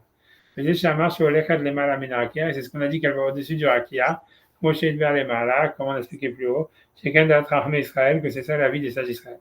Au fait d'ivrer à col, Balaïla Achama Lemala Minarakia, donc, d'après tout le monde, la nuit, le soleil, il est au-dessus du Rakia. Et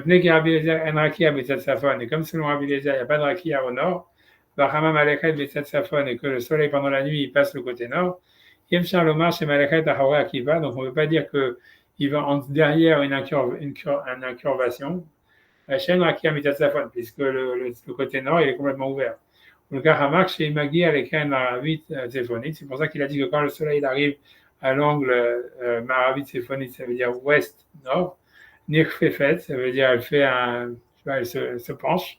Voilà, les mâles à Minarakia, elle monte au-dessus du Rakia, comme il dit Rashi, par une fenêtre, par une lucarne.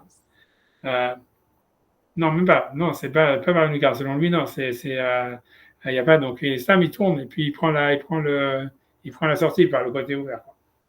Nirfefet, ça veut dire ça sent la lucarne. La lucarne, c'est pour l'autre. Voilà, les mâles à Minarakia, elle monte au-dessus du Rakia, et voilà. Le Rakia mafsik ben Achama ben Arez, et à ce moment-là, le Rakia, c'est une séparation entre le soleil et la terre. Rabbi Yoshua, Gam Rakia Betsafon, et donc sur Rabbi Yoshua, il y a un Rakia, le Safon, donc il y a un mur au nord. Ben Zaklomar Shachama Nikfefet Vola les Malamin Rakia, on n'a pas besoin de dire que le soleil, il monte, ça veut dire il se tord et il va au-dessus du Rakia. Aksholachet Aho Rakia, sauf qu'elle fait le tour derrière le Rakia. Obevada, il souhaite qu'Even Amashkezet, Minares et Tartea.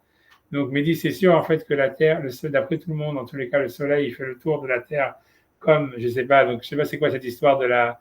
Even Namashkezet, ça veut dire c'est une pierre qui sert à aiguiser les couteaux. Minaret, ça veut dire en dessous de la terre, les tartéas par en bas. Donc, je sais pas ce qu'ils faisaient.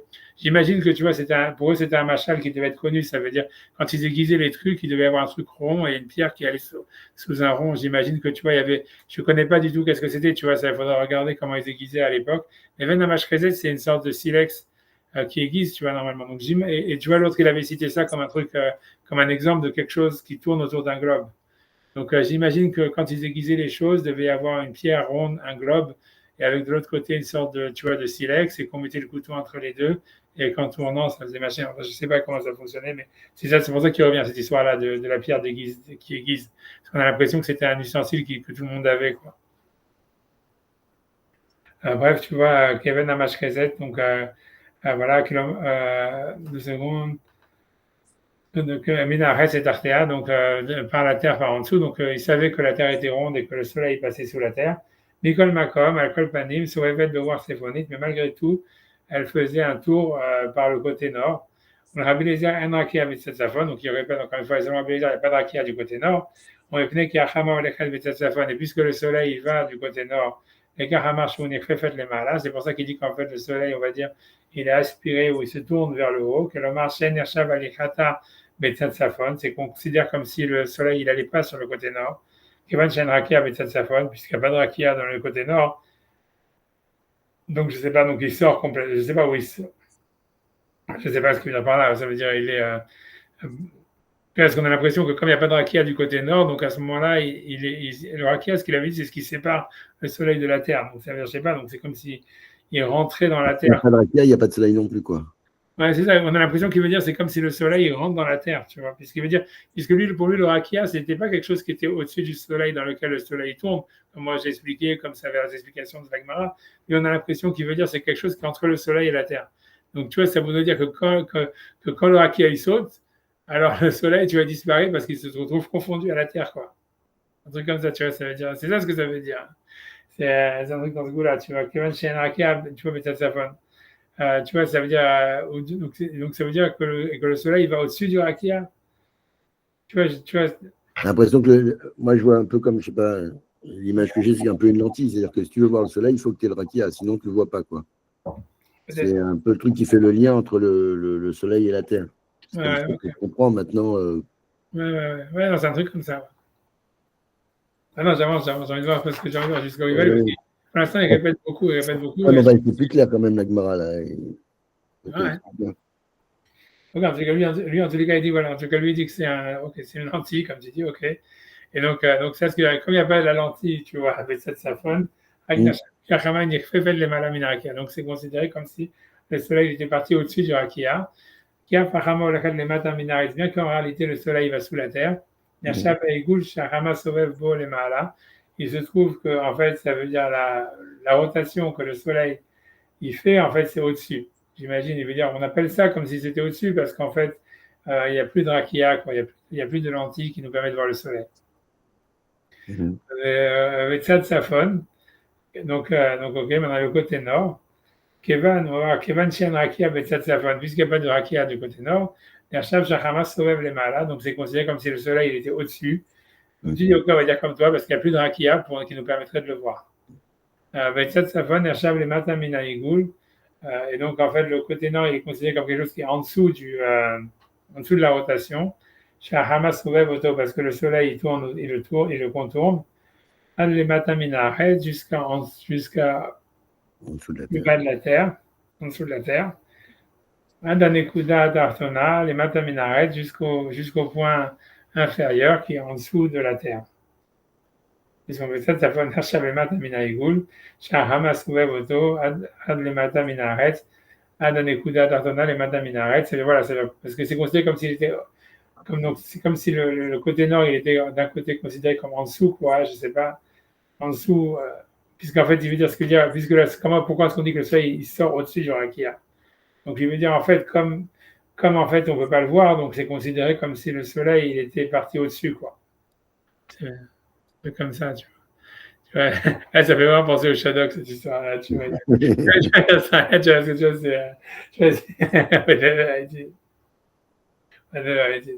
Parce que tu vois, je vais parler des Shadows. Mais tu vois, j'ai revu, si tu veux, je raconte pas. Et tu vois, mais j'ai compris, tu vois, c'est un truc incroyable, j'avais pas compris ça. Parce que sur YouTube, ils ont remis la première saison des Shadok et tout ça, c'est dans les Shadok qu'il y a ça, tu vois. Ils montaient vers le haut, sur le bas, etc. Là. Mais en fait, tu comprends, en fait, dans le truc, en fait, c'est super évident, en fait, quand tu réécoutes, qu'en fait, le type, tu vois, en fait, il parle, les Shadok et les autres, là, les Gribi qui sont sur une planète plate, en fait, c'est une allégorie sur les Juifs. Et tu le vois et tu le vois 10 000 fois. Il y a des moments, il y a des ménorotes, il y a des arbres qui sont des arbres de ménorah. Et tu vois, parce qu'ils disent qu'ils ont un chapeau et en fait, ils communiquent par leur chapeau, etc., etc. Mais je te promets, quand tu le regardes une deuxième fois, tu te rends compte que c'est super évident, en fait, cette histoire. Et en fait, c'est un truc qui se moque d'égoïsme. Je te promets, regarde-le. Si tu le regardes, tu vas voir. Et c'est le truc, c'est que personne s'en est rendu compte qu'en fait, ce truc, c'est super évident. Je ne sais pas qui c'est qui avait ce truc-là, mais en fait, ça se voit clairement qu'en fait, c'est un truc où c'est les Juifs qui se moquent d'égoïsme. Je te promets, tu regardes. Regarde le truc, regarde, je te dis, regarde, tu vois, je te dis, si je te savais sur le link, mais c'est parce que dans les Shadok, il y a cette histoire-là où ils disent, tu vois, en fait, que les Shadok, tu vois, qui sont les gros imbéciles, tu vois, ils disent, ouais, dans leur planète, tout est à l'envers, et donc quand ils veulent monter, ils descendent, quand ils descendent et quand ils montent, etc., et donc c'est pour ça qu'ils réfléchissent toujours à l'envers. Et tu vois, tu vois, c'est vraiment, mais tu vois, mais mais ça vient ça, c'est pour ça que ça fait penser à ça, parce que quand tu dis oui, c'est en haut, c'est en bas, ça va pas en bas. Mais je te conseille de regarder, ça veut dire, tu pas obligé de regarder tout le truc, mais tu la regardes, je t'envoie, je te promets, tu vas voir. Quand tu vas voir ça, tu vas tomber par terre. Le créateur, il s'appelle Jacques Roussel. Mais je te promets, parce que même, tu Mais vois, bon. je te dis, je sais bien, moi, je sais pas, moi, j'en sais rien, mais, ou bien le mec, il a dit, il y a trop d'allusions que quand tu regardes après coup, tu vois que ça veut dire c'est évident. Tu vois, si tu le regardes, je te dis, je te connais de regarder, tu me crois pas, mais je te vois que c'est vrai. Ah non, bon, ça c'était ça pour réveiller un petit peu avec le haut et l'envers, mais c'est parce qu'il y a tout ça, tu vois, il y a le haut et l'envers, etc. Bon, bref, en tout cas, ok, donc en tout cas, donc, je pense qu'il veut dire que le côté nord, il est considéré comme étant en dessous du Igoul, parce que Shahama Sovev, ça veut dire, en fait, lui veut dire que comme, c'est lui ce qu'il veut dire, pourquoi est-ce qu'on dit qu'il est au-dessus du Rakia? Parce qu'en fait, comme en fait, le soleil se couche, et donc ça veut dire que pour nous, en fait, c'est le côté nord, ça veut dire, on a l'impression que le soleil il va vers le bas, donc c'est pour ça qu'on appelle que le soleil il va au-dessus du Rakia, parce que le Rakia, c'est comme le côté, on va dire, la partie, en fait, au niveau du nord, ce serait la partie la plus inférieure qu'il y aurait dans le monde, quoi, à la partie observable, etc. Un truc comme ça. Il vient expliquer pourquoi est-ce qu'on appelle ça que le soleil il est au-dessus du rakia et pas en dessous, quoi. Donc c'est pour ça, il veut dire, parce qu'il veut dire que le soleil, en fait, il est, ça veut dire, voilà, parce que le rakia, il descend, quoi, un truc comme ça. Je pense que c'est ce qu'il veut dire. Je pourrais prendre à partir de la, je sais pas, on va dire de Nershav, de la deuxième ligne de Resh Péré. Je pense, tu vois, Nershav Aïgou, Jachama Sovev Bolemala, ça veut dire on considère que la rotation du soleil est au-dessus du Rakia. Le Tzad Safon et le côté nord, je ne sais pas, après ça, ils disent qu'il y a, je sais pas, il y a un petit rond, je ne sais pas ce que ça veut dire. Ou Mitzad Safon, ou bien du côté nord. Mais du côté nord, Kevan Shen Rakia Mitzad Safon, comme il n'y a pas, là, on va dire le Rakia, la lentille, comme tu as dit, du côté nord, Nershav Shachama Sovev Lemala, on considère comme si le soleil il était parti au-dessus de cette lentille, bien qu'il était déjà au-dessus du Rakia, mais ça veut dire au-dessus, ça veut dire d'une manière, voilà, on ne peut plus le voir. Mais Tzad Safon, Nershav Lemata Minayegoul, et le côté nord, il serait considéré comme en dessous de la rotation. Shachama Sovev Oto, parce que le soleil, en fait, il le tourne, il le contourne. Ad Lemata Minaret, jusqu'à en dessous de la terre. Ad Anekuda Tartona, jusqu'au point, en fait, inférieur. Les Mataminaret, qui est en dessous de la terre. Donc, il dit que les Nershav Satsafon, c'est ça ce qui est considéré le côté nord. J'avance parce que je me dis, il va dire son idée, à mon avis, après, quoi. Il est en train de répéter pour, tu vois, mais, parce qu'il veut sortir du sens littéral, quoi. C'est pour ça qu'il répète tellement. Qui a Igoul, chez Zovev, Boachama, les Mataminaret, parce que c'est sûr que donc, la rotation du soleil, en fait, elle va sous la terre. En a Igoul, les Mataminaret, les Gamré, mais il dit, malgré tout, cette rotation, elle n'est pas vraiment en dessous de la terre, vraiment. Chez Anekuda Tartona, donc qui est le point, on va dire, inférieur. Zéno, il dit c'est impossible. Avalsat Safon, mais le côté nord, l'Ershab les Matamina Igoul, il est considéré comme étant encore en dessous de la rotation, Shachama Sovev, que le soleil fait. Ad les Matamina Retz, quand il va en dessous de la terre, les gammerait complètement. Pas très clair tout ce qu'il veut, mais j'avance parce que je pense qu'il va dire plus clairement après, quoi. Donc, ce qu'ils ont dit que le soleil, donc, il se courbe et qu'il va au-dessus du Rakia. C'est-à-dire que ce qu'ils ont voulu dire, c'est que la rotation du soleil qui va lorsqu'il tourne sous la terre, Enzener Shav Sheolech El Betzat Safon. C'est pas considéré comme si elle allait du côté nord. Arak Tzat Safon Ershav Lemata Min Haigul, mais c'est plutôt comme si le côté nord, il était en fait en dessous de la rotation, Ad Anekuda Tartona, jusqu'au point le plus inférieur. Vaigul chez Sovev Boachama, et on considère le côté, ça veut dire la rotation du soleil, Ershav Lemala Min Safon, il est considéré comme étant au-dessus du nord. Grosso modo, ce qui veut dire que ce qui n'est pas visible, c'est comme si ça n'existait pas, quoi, pour nous. C'est-à-dire, c'est ce qui veut dire que c'est ça, en fait, c'est ça ce que le Talmud y parle. Il parle de l'expérience, quoi, visible telle qu'elle est vécue par l'homme, pas telle qu'elle est dans la réalité. Et pour l'homme, en réalité, le rakia, en fait, le soleil, c'est comme le côté nord, c'est comme s'il ne faisait pas partie du rakia parce que le soleil n'est jamais visible dans ce côté-là. Donc, c'est ce qu'ils ont voulu dire quand ils ont dit que le soleil va au-dessus du rakia. C'est-à-dire que le rakia, il est considéré comme étant au-dessus, et là-bas elle va, et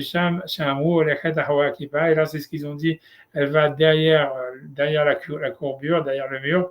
Ça ne parle pas en fait de l'espace ou de la, ça veut dire voilà, du galgal, ou ça veut dire de la rotation du soleil, qui est de l'orbite, qui est d'avarze shayach razé, parce que ça n'a rien à voir avec ça. Aknema la rakia, mais ça parle du rakia chez Umavdil Ben Lemala Bamata, qui fait une distinction entre ce qui est en haut et ce qui est en bas. Donc il va expliquer plus loin cette erreur, qu'est-ce que c'est l'erreur de ça. Donc, ok, évidemment, chez Savar Rabbi Eliezer qui est Rakia Domé la Sadra. Donc, quand Rabbi Eliezer a expliqué que la Rakia ressemble donc à une véranda chez Paroutz Bedofan Rivi qui est ouvert sur le quatrième côté, il disait qu'il a fait Saron à Egoul, c'est parce qu'en fait, à cause du manque de la rotation, Yef Shach Yawalam Shalem Legamre, public qui s'est rendu klal. Et c'est impossible que le monde soit parfait sans qu'il lui manque quoi que ce soit. Il lui manquait quelque chose, comme à chaque fois il veut dire ça. Parce que c'est impossible en fait que le monde il soit vraiment parfait. Qui a Aloul Eno Bishlemut. Donc voilà, donc ça c'est le grand passage. Tu vois que le Maharal il veut dire, c'est la théorie de la création du Maharal que voilà, les choses elles sont créées manquantes et Hachem doit les parfaire. C'est comme ça qu'il y a la pluralité qui arrive. Qui a Aloul Eno Bishlemut parce que la chose qui a été créée elle n'est jamais parfaite. Et qu'Achafa Akia Shuvat Khalataola, même le Akia avec le début du monde. Afou Mavdi, Hachem Mavdi Ben Alionim et Tartonim, qui fait une différence entre les mondes supérieurs et inférieurs ou Chasser, il lui manque quelque chose. Bézédat Rabbi Eliezer, et c'est la vie de Rabbi Eliezer, chez Sad Safon, qui est le côté nord, chez Umitiares Smol, qui est lié à la gauche.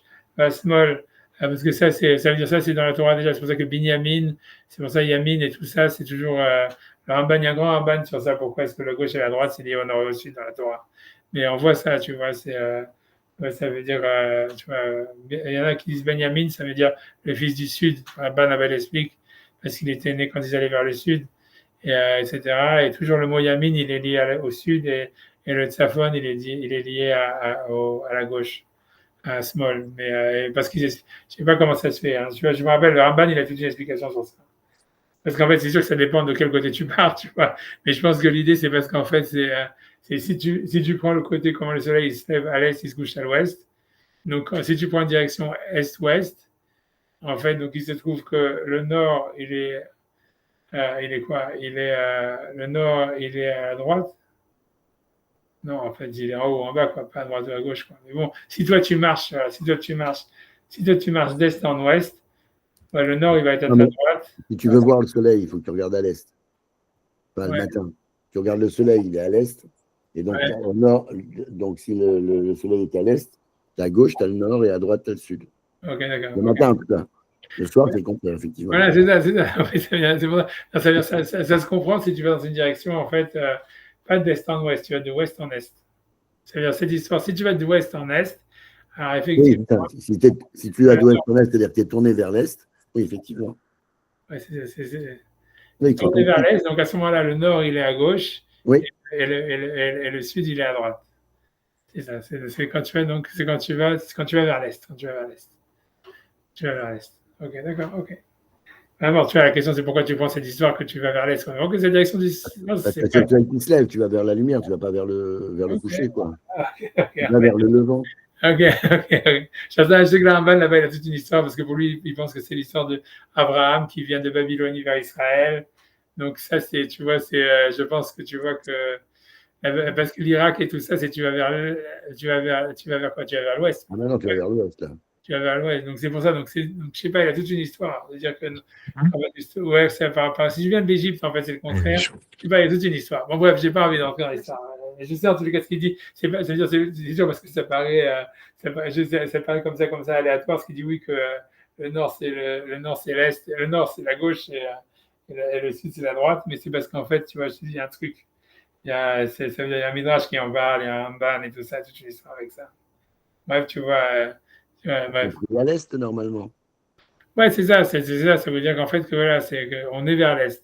Si tu prends une orientation est, alors c'est vrai que tu vois, le sud, il est toujours à la droite ça veut dire et le nord, il est à la gauche. A priori, tu vois, tu vois. Mais maintenant, pourquoi tu prends cette orientation? Pourquoi tu penses ça, cette orientation? Donc, vers l'est, parce qu'on est à l'ouest, tu vois ce que je veux dire. Mais normalement, ça veut dire, tu vois, je veux dire. En Pologne, ils priaient au sud. Ouais, c'est ça, je sais pas, justement, je sais pas. Parce que tu vois, en fait, c'est sûr que même dans tous les trucs qu'il y avait, tu vois que, tu vois, ça veut dire, il y a marqué Mizrach, ça veut dire, on sait que, tu vois, à chaque fois quand il y avait marqué le Mizrach, ça veut dire que, parce qu'il y a une mitzvah normalement de mentionner le Mizrach quand tu fais une choule, etc. Et en fait, à chaque fois, toujours, même dans les pays qui étaient, en fait, si tu veux, à l'est d'Israël, en Europe de l'Est et tout ça, alors bien que le mur vers lequel il faisait la tefila, il était à l'ouest, il s'appelait le Mizrach. Tu vois, c'est ça l'histoire, c'est bizarre, tu vois, tu vois, c'est ça. Non, c'est bizarre. C'est peu importe, c'est pas le sujet. C'est déjà assez compliqué comme ça. Je sais pas pourquoi. C'est parce que je veux simplement expliquer, tu vois, l'histoire du Nord. Tu vois, ok, donc il dit ça. Ok, donc Ajao, donc il dit que le Sud, Bouddha Rabbi Eliezer. Donc chez Tzad Safon, donc le côté Nord, chez Umitiaches Nismon, qu'il y a à la gauche, Basmol ou Parchot, Vechaser Minayamin, et donc le gauche c'est toujours moins fort, plus faible que la droite, enfin, pour les droitiers.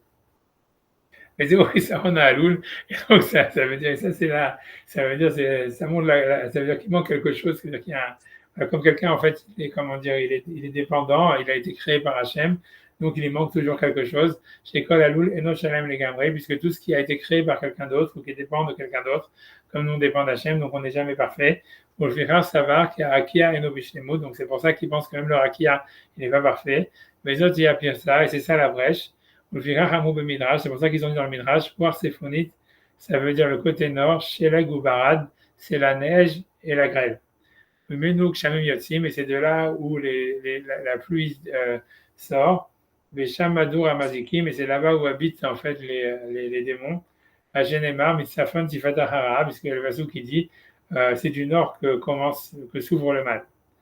Arrête Biaou qui est donc on voit donc comme il y a le nord quoi, c'est-à-dire que le monde il est nécessairement manquant, mais parce qu'en fait il a été créé donc en fait il est dépendant c'est-à-dire, voilà donc il est dépendant d'une création quoi d'une création. Donc c'est pour ça qu'il y a une brèche au côté nord. Donc c'est le marche donc ça veut dire que là-bas il n'y a pas la finitude du monde, le monde n'est pas parfait. Mais c'est ce qu'il a voulu dire que le monde il ressemble à une véranda. She'eno Shalem, Rak Mishlosha Ochot, c'est-à-dire qu'il est fini que de 3 côtés. Uvuach Echad Eno Shalem, et du 4e côté, il n'est pas fini. Ulfekar Shamadur Amazikim, et c'est pour ça que là-bas, il y a les démons qui habitent. Shem Briot Chaserot, qui sont les créatures non finies. Donc, moi, chez Ramasro Chachamim Alehem, comme nos sages ont fait une allusion à eux, chez Kidesh Alehem Ayom, ça veut dire que c'est arrivé Shabbat, ils n'avaient pas eu le temps d'être finis. Chez Kidesh Alehem Ayom, Velonigmeru, les fiches Yadou Besodé à Torah, parce qu'ils connaissaient les secrets de la Torah. Donc voilà, c'est les trucs que tu n'as pas eu le temps de finir avant Shabbat. Donc on avait déjà expliqué cette raison. La Madavka War Séphonite, donc pourquoi simplement le côté nord? Il venait qu'il y a Small, donc encore une fois, puisque le nord c'est la gauche, encore une fois, tout ça, je ne vais pas rentrer dedans, tu vois, j'imagine, je ne sais pas. Voilà, dans les notes, il ramène cette histoire-là. Bref, je ne vais pas rentrer là-dedans parce que c'est qu'on va garder, on va prendre les mots du Maral comme comptant que le nord c'est la gauche, on ne va pas rentrer là-dedans. Donc, Munich et Small ou Chasser Minayamin, parce que le gauche c'est plus faible que la droite, mais Tzad Darom Nikra Yamin, et le côté sud il est appelé droite. Voilà, il ramène le marchand. Il ramène pas le Ramban et tout ça. Ok, moi je m'en fiche, j'avance, tu vois. Aval Ma'arav Nikra. Donc par contre maintenant l'ouest il est appelé Achor, il a appelé l'arrière. Donc, tu vois, c'est comme si on se met dans une dimension vers l'est, quoi. Donc l'ouest, il a appelé arrière. Afalgav chez Eno Bemadrigat Apanim, et bien qu'il n'est pas au niveau de l'avant, chez Mizrach, qui est l'est, École Makom En Chasaronbo, mais il n'y a pas vraiment un manque. On ne peut pas dire que c'est quelque chose qui manque, qu'il lui manque quelque chose. Aval Sad Small Chaser, mais le côté gauche, donc ça veut dire le nord Chaser, comme chez Adoua, chez Chasera, comme on sait que c'est manquant. Vedavarze Adoua, et ça, cette chose, elle est connue. Donc, encore tu vois, dans les notes, c'est énorme, tu vois, ce qu'il y a là-dedans, parce que voilà, comme je te dis, tu vois, ce lien entre la gauche et la droite, le nord et le sud, etc., tout ça, tu vois, l'avant et l'après, etc., tu vois, c'est discutable. Donc, tu vois, il faut trouver les sources, pourquoi tu dis ça, etc. Mais je sais que c'est sourcé, quoi, ce que je veux dire, tu vois. Mais je pense pas que lui, d'ailleurs, il a ramené les bonnes sources. Tu vois, mais c'est pas grave, c'est parce que lui, tu vois, il faut que c'était des passages du Maral, mais ça, c'est des trucs qui sont bien avant le Maral, quoi. Ok, bon, bref, peu mais je ne vais pas rentrer là-dedans, je ne vais pas rentrer. Mais la Rabbi Yoshua, chez moi, j'en profite d'avancer comme, tu vois, tu vois, donc,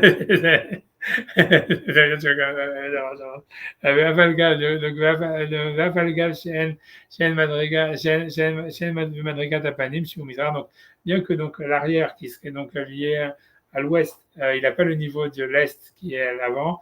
Nicole Makomen Hisaranbo, on ne veut pas dire qu'il est manquant. Mais le côté gauche, donc qui serait le nord, il est manquant. Comme chez Yadoua, chez Hasera, comme on sait que c'est un côté manquant. Vedat Varze Yadoua, et ça c'est connu. Vedat Rabbi Yoshua, et la vie de Rabbi Yoshua, chez War Sephonit et Haser, c'est que le côté nord, donc côté gauche, il n'est pas manquant. Av Kieshki Saron Baolam chez Aloul, bien qu'il y a quelque chose qui manque au monde, puisqu'il est en fait une cause, il est dépendant d'Hachem. En Saint-Romar qui au Haser Benyanze, on ne peut pas dire que le côté nord ou le côté gauche soit manquant à un tel point, jusqu'à ce qu'on dise que le côté nord, en fait, du côté du Rakia, il est complètement ouvert. Mais le manque, il est d'un autre côté. Donc, il va expliquer c'est quoi, j'imagine. Il n'y aurait pas dans le début du monde, ça veut dire le Rakia un manque, ça veut dire le manque, il apparaîtrait plus tard, on va dire, peut-être avec la création de l'homme ou des choses comme ça. Un truc comme ça. En tout cas, il n'explique pas plus. Tu vois, il dit le Rakia, il est encore au début du monde, donc il manque rien au Rakia, qui, on va dire, avant, c'est-à-dire qu'il y a la séparation entre les mondes inférieur et supérieur. En lui-même, c'est toujours, il y a un niveau de perfection à l'intérieur qui le rapproche d'Hachem directement. Et on ne peut pas dire vraiment qu'il y a quelque chose qui manque. Okay. J'imagine qu'il va expliquer plus, tu vois, donc c'est pour ça que j'avance, tu vois. Et donc ils ont expliqué à Rabbi Eliezer qui War Safon, Berao, Velo, Gemaro. Ouais, ça c'est donc le War Safon, donc ça veut dire c'est le côté nord, il n'a pas été fini. Amar, Mishielora, donc ça c'est toujours un truc que j'avais cité dans le truc de l'acadème, pas de l'acadème, dans l'article de Walt Disney, qui avait dans l'éclaireur, qui est dans le livre et tout ça, sur le fait que Hachem, il attend que l'homme il finisse le monde et que donc voilà, ça serait, tu vois, contre l'écologie, quoi, si on veut. Tu vois, Warsafon, Vera, Velo, Gemaro, ça veut dire que le monde, le côté nord, en fait, il n'a pas été fini. Alors, Mishuelora, ça veut dire que celui qui est un Dieu, Yahoo, Veigmo, Odo, qui viennent et qui le finissent. Et donc, ça veut dire en fait que c'est le travail de l'homme et que, comme on avait vu, que il faut qu'il y ait deux dieux à la fin, tu vois, pourquoi le monde soit parfait. Et ces paroles-là, elles paraissent éloignées et étranges. Même d'Ivry Chorma Eliona, alors que c'est une parole de sagesse suprême. L'histoire de la cause, ça veut dire l'explication de ça. Kimash Gemaro, donc la raison pour laquelle le monde n'est pas fini. Nerisaon à Aloul, c'est parce que c'est un manque, parce que quelque chose il est dépendant, ça veut dire que le monde comme il est créé, il est dépendant. Et justement, le fait que le monde ne soit pas parfait, ça montre qu'il n'y a qu'un seul Dieu. Donc c'est impossible que la chose qu'il crée, que les choses qu'il a créées, qui sont dépendantes de lui, qui viennent d'un créateur unique, Shalem. C'est impossible qu'elles soient parfaites. Bishlemut, Agamour, dans la perfection ultime, Kimaya Davarze, parce que si jamais, quand il y a un seul créateur, si la créature est elle-même parfaite, Shalem et sans qu'il ne manque rien, ça devient automatiquement deux dieux. Puisque ça voudrait dire que le monde, s'il est complètement indépendant de Dieu, il devient un Dieu à part entière. Et donc, ça voudrait dire, et comme il n'y a qu'un seul Dieu, donc nécessairement, le monde, il n'est pas parfait. Donc, le côté nord, il n'est pas fini. Donc, mais pour que le monde soit parfait, il faudrait qu'il y ait deux dieux, que chacun, en fait, il crée la moitié. et chacun, en fait, il fait une action manquante, mais les deux, dans l'association des deux, ils ont une perfection. Donc, c'est pour ça que tant qu'il n'y a qu'un seul Dieu, on va dire, ça nécessite que le monde il soit non parfait. Mais c'est simplement si on dit que le monde il est créé par deux causes. Donc chacun il a un problème, il manque quelque chose dans sa création. Comme en fait à chaque fois toute chose qui est créée en fait elle est manquante. Et elle est terminée par la deuxième cause, qui est aussi un Dieu. Qui va avoir Séphonite c'est pour ça qu'on dit qu'Akadosh Baruch Hu, il a créé le quatrième côté et il n'a pas fini. Que celui qui est Dieu, Yavo Veigmoroto, ça veut dire que celui qui est Dieu, qui vienne, qu'il le finisse. Et tu vois, moi j'ai expliqué que ça voulait dire, il veut que l'homme il finisse et qu'il soit un deuxième Dieu. Maintenant, tu vois, c'est vrai que c'est pas nécessaire que c'est ça ce que ça veut dire, ça peut être simplement une interrogation. Mais dans le Pirkei de Rabbi Eliezer, il y a beaucoup de phrases comme ça. Est-ce qu'il faut lire avec interrogation ou pas, c'est pas clair, tu vois. Et donc, moi, disons qu'on peut dire en tous les cas une lecture très, très possible, c'est de le lire sans point d'interrogation. Et dans le Maral aussi, les deux lectures sont possibles en fait. Tu vois, un Kilomar qui bevadaï, c'est-à-dire moi au début je m'étais dit, j'avais clairement que c'était pas un point d'interrogation. Quand je le refais avec les filles, si tu vois, dans le cours des filles, elles ont dit donc je dis ok, c'est possible, tu vois. Et bon, tu vois, ok, c'est vrai que c'est possible qu'on peut lire avec un point d'interrogation, que ça veut dire, voilà, ça sera jamais fini parce que voilà, il y a un seul Dieu, donc le monde sera jamais parfait, quoi. C'est ça la lecture des filles, quoi. Tu vois, donc, voilà. Kelomar qui bevada yefshar shelo yaolam univra chaser. Donc c'est parce que c'est évident que le monde c'est impossible que bevada yefshar shelo yaolam univra chaser. C'est impossible que le monde il soit créé manquant. Mitzat kealul ou chaser parce qu'en fait tout ce qui est créé est manquant. Vimou shalem et s'il était parfait yefshar hak sheu mishne la kout ça peut venir que s'il y a deux dieux. À chaque fois les chad mashnim boulad hasheni où chacun il finit le travail de l'autre. Hachim Shalem, c'est une devient parfaite, mais Kachin Alul Chaser de l'eau Yushlam, et comme la cause elle est manquante, elle n'est pas finie, Moresh Apoel ou Echad, donc ça montre que le créateur il est unique, mais Davarze chez Nivra Olam Chaser, c'est pour ça que le monde il est écrit manquant. Donc, Davarze chez Nivra Olam Chaser, du fait que le monde il est créé manquant avec des problèmes, Mokiach ou Mechayev, ça prouve, et ça nécessairement, Shouid Barach Echad, Ben Izolato, et qu'il y a un seul Dieu et pas deux, parce que s'il y en avait deux, le monde il serait parfait. Comme tu vois, ça veut dire comme le monde qui est en fait manquant et n'est pas fini.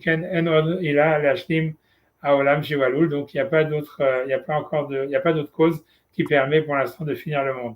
Oui. J'ai l'impression qu'il est parti de son hypothèse pour prouver son hypothèse, quoi.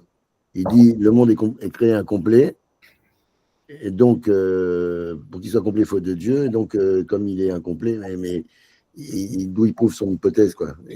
Non, c'est sûr que c'est complètement. Tu vois, quand moi j'étudie, avec tous les gens avec qui j'étudie ça, à chaque fois, même je dis mon fils et tout ça, à chaque fois ils disent non, parce que c'est Dieu, comme pour dire comment est-ce que mon fils il pose la question, ça veut dire de manière plus simple, c'est que la perfection d'Hachem, elle n'est pas nécessairement la perfection du monde, tu vois. C'est-à-dire, quelque chose, il peut être parfait en tant que créature, tu vois. Tu vois, lui, déjà, la causalité que lui dit, en disant, voilà, si jamais, en fait, le monde, il était parfait, donc ça serait un deuxième Dieu, tu vois, donc il y aurait deux dieux.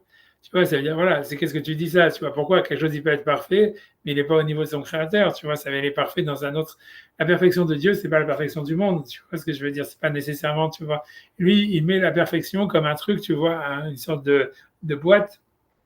Et à ce moment-là, une fois que tu dis que la perfection, c'est une boîte et qu'il y a un seul type de perfection, alors c'est vrai que son raisonnement, il est vrai de dire il peut y avoir qu'un Dieu qui est parfait et donc le monde qui est créé, il n'est pas parfait.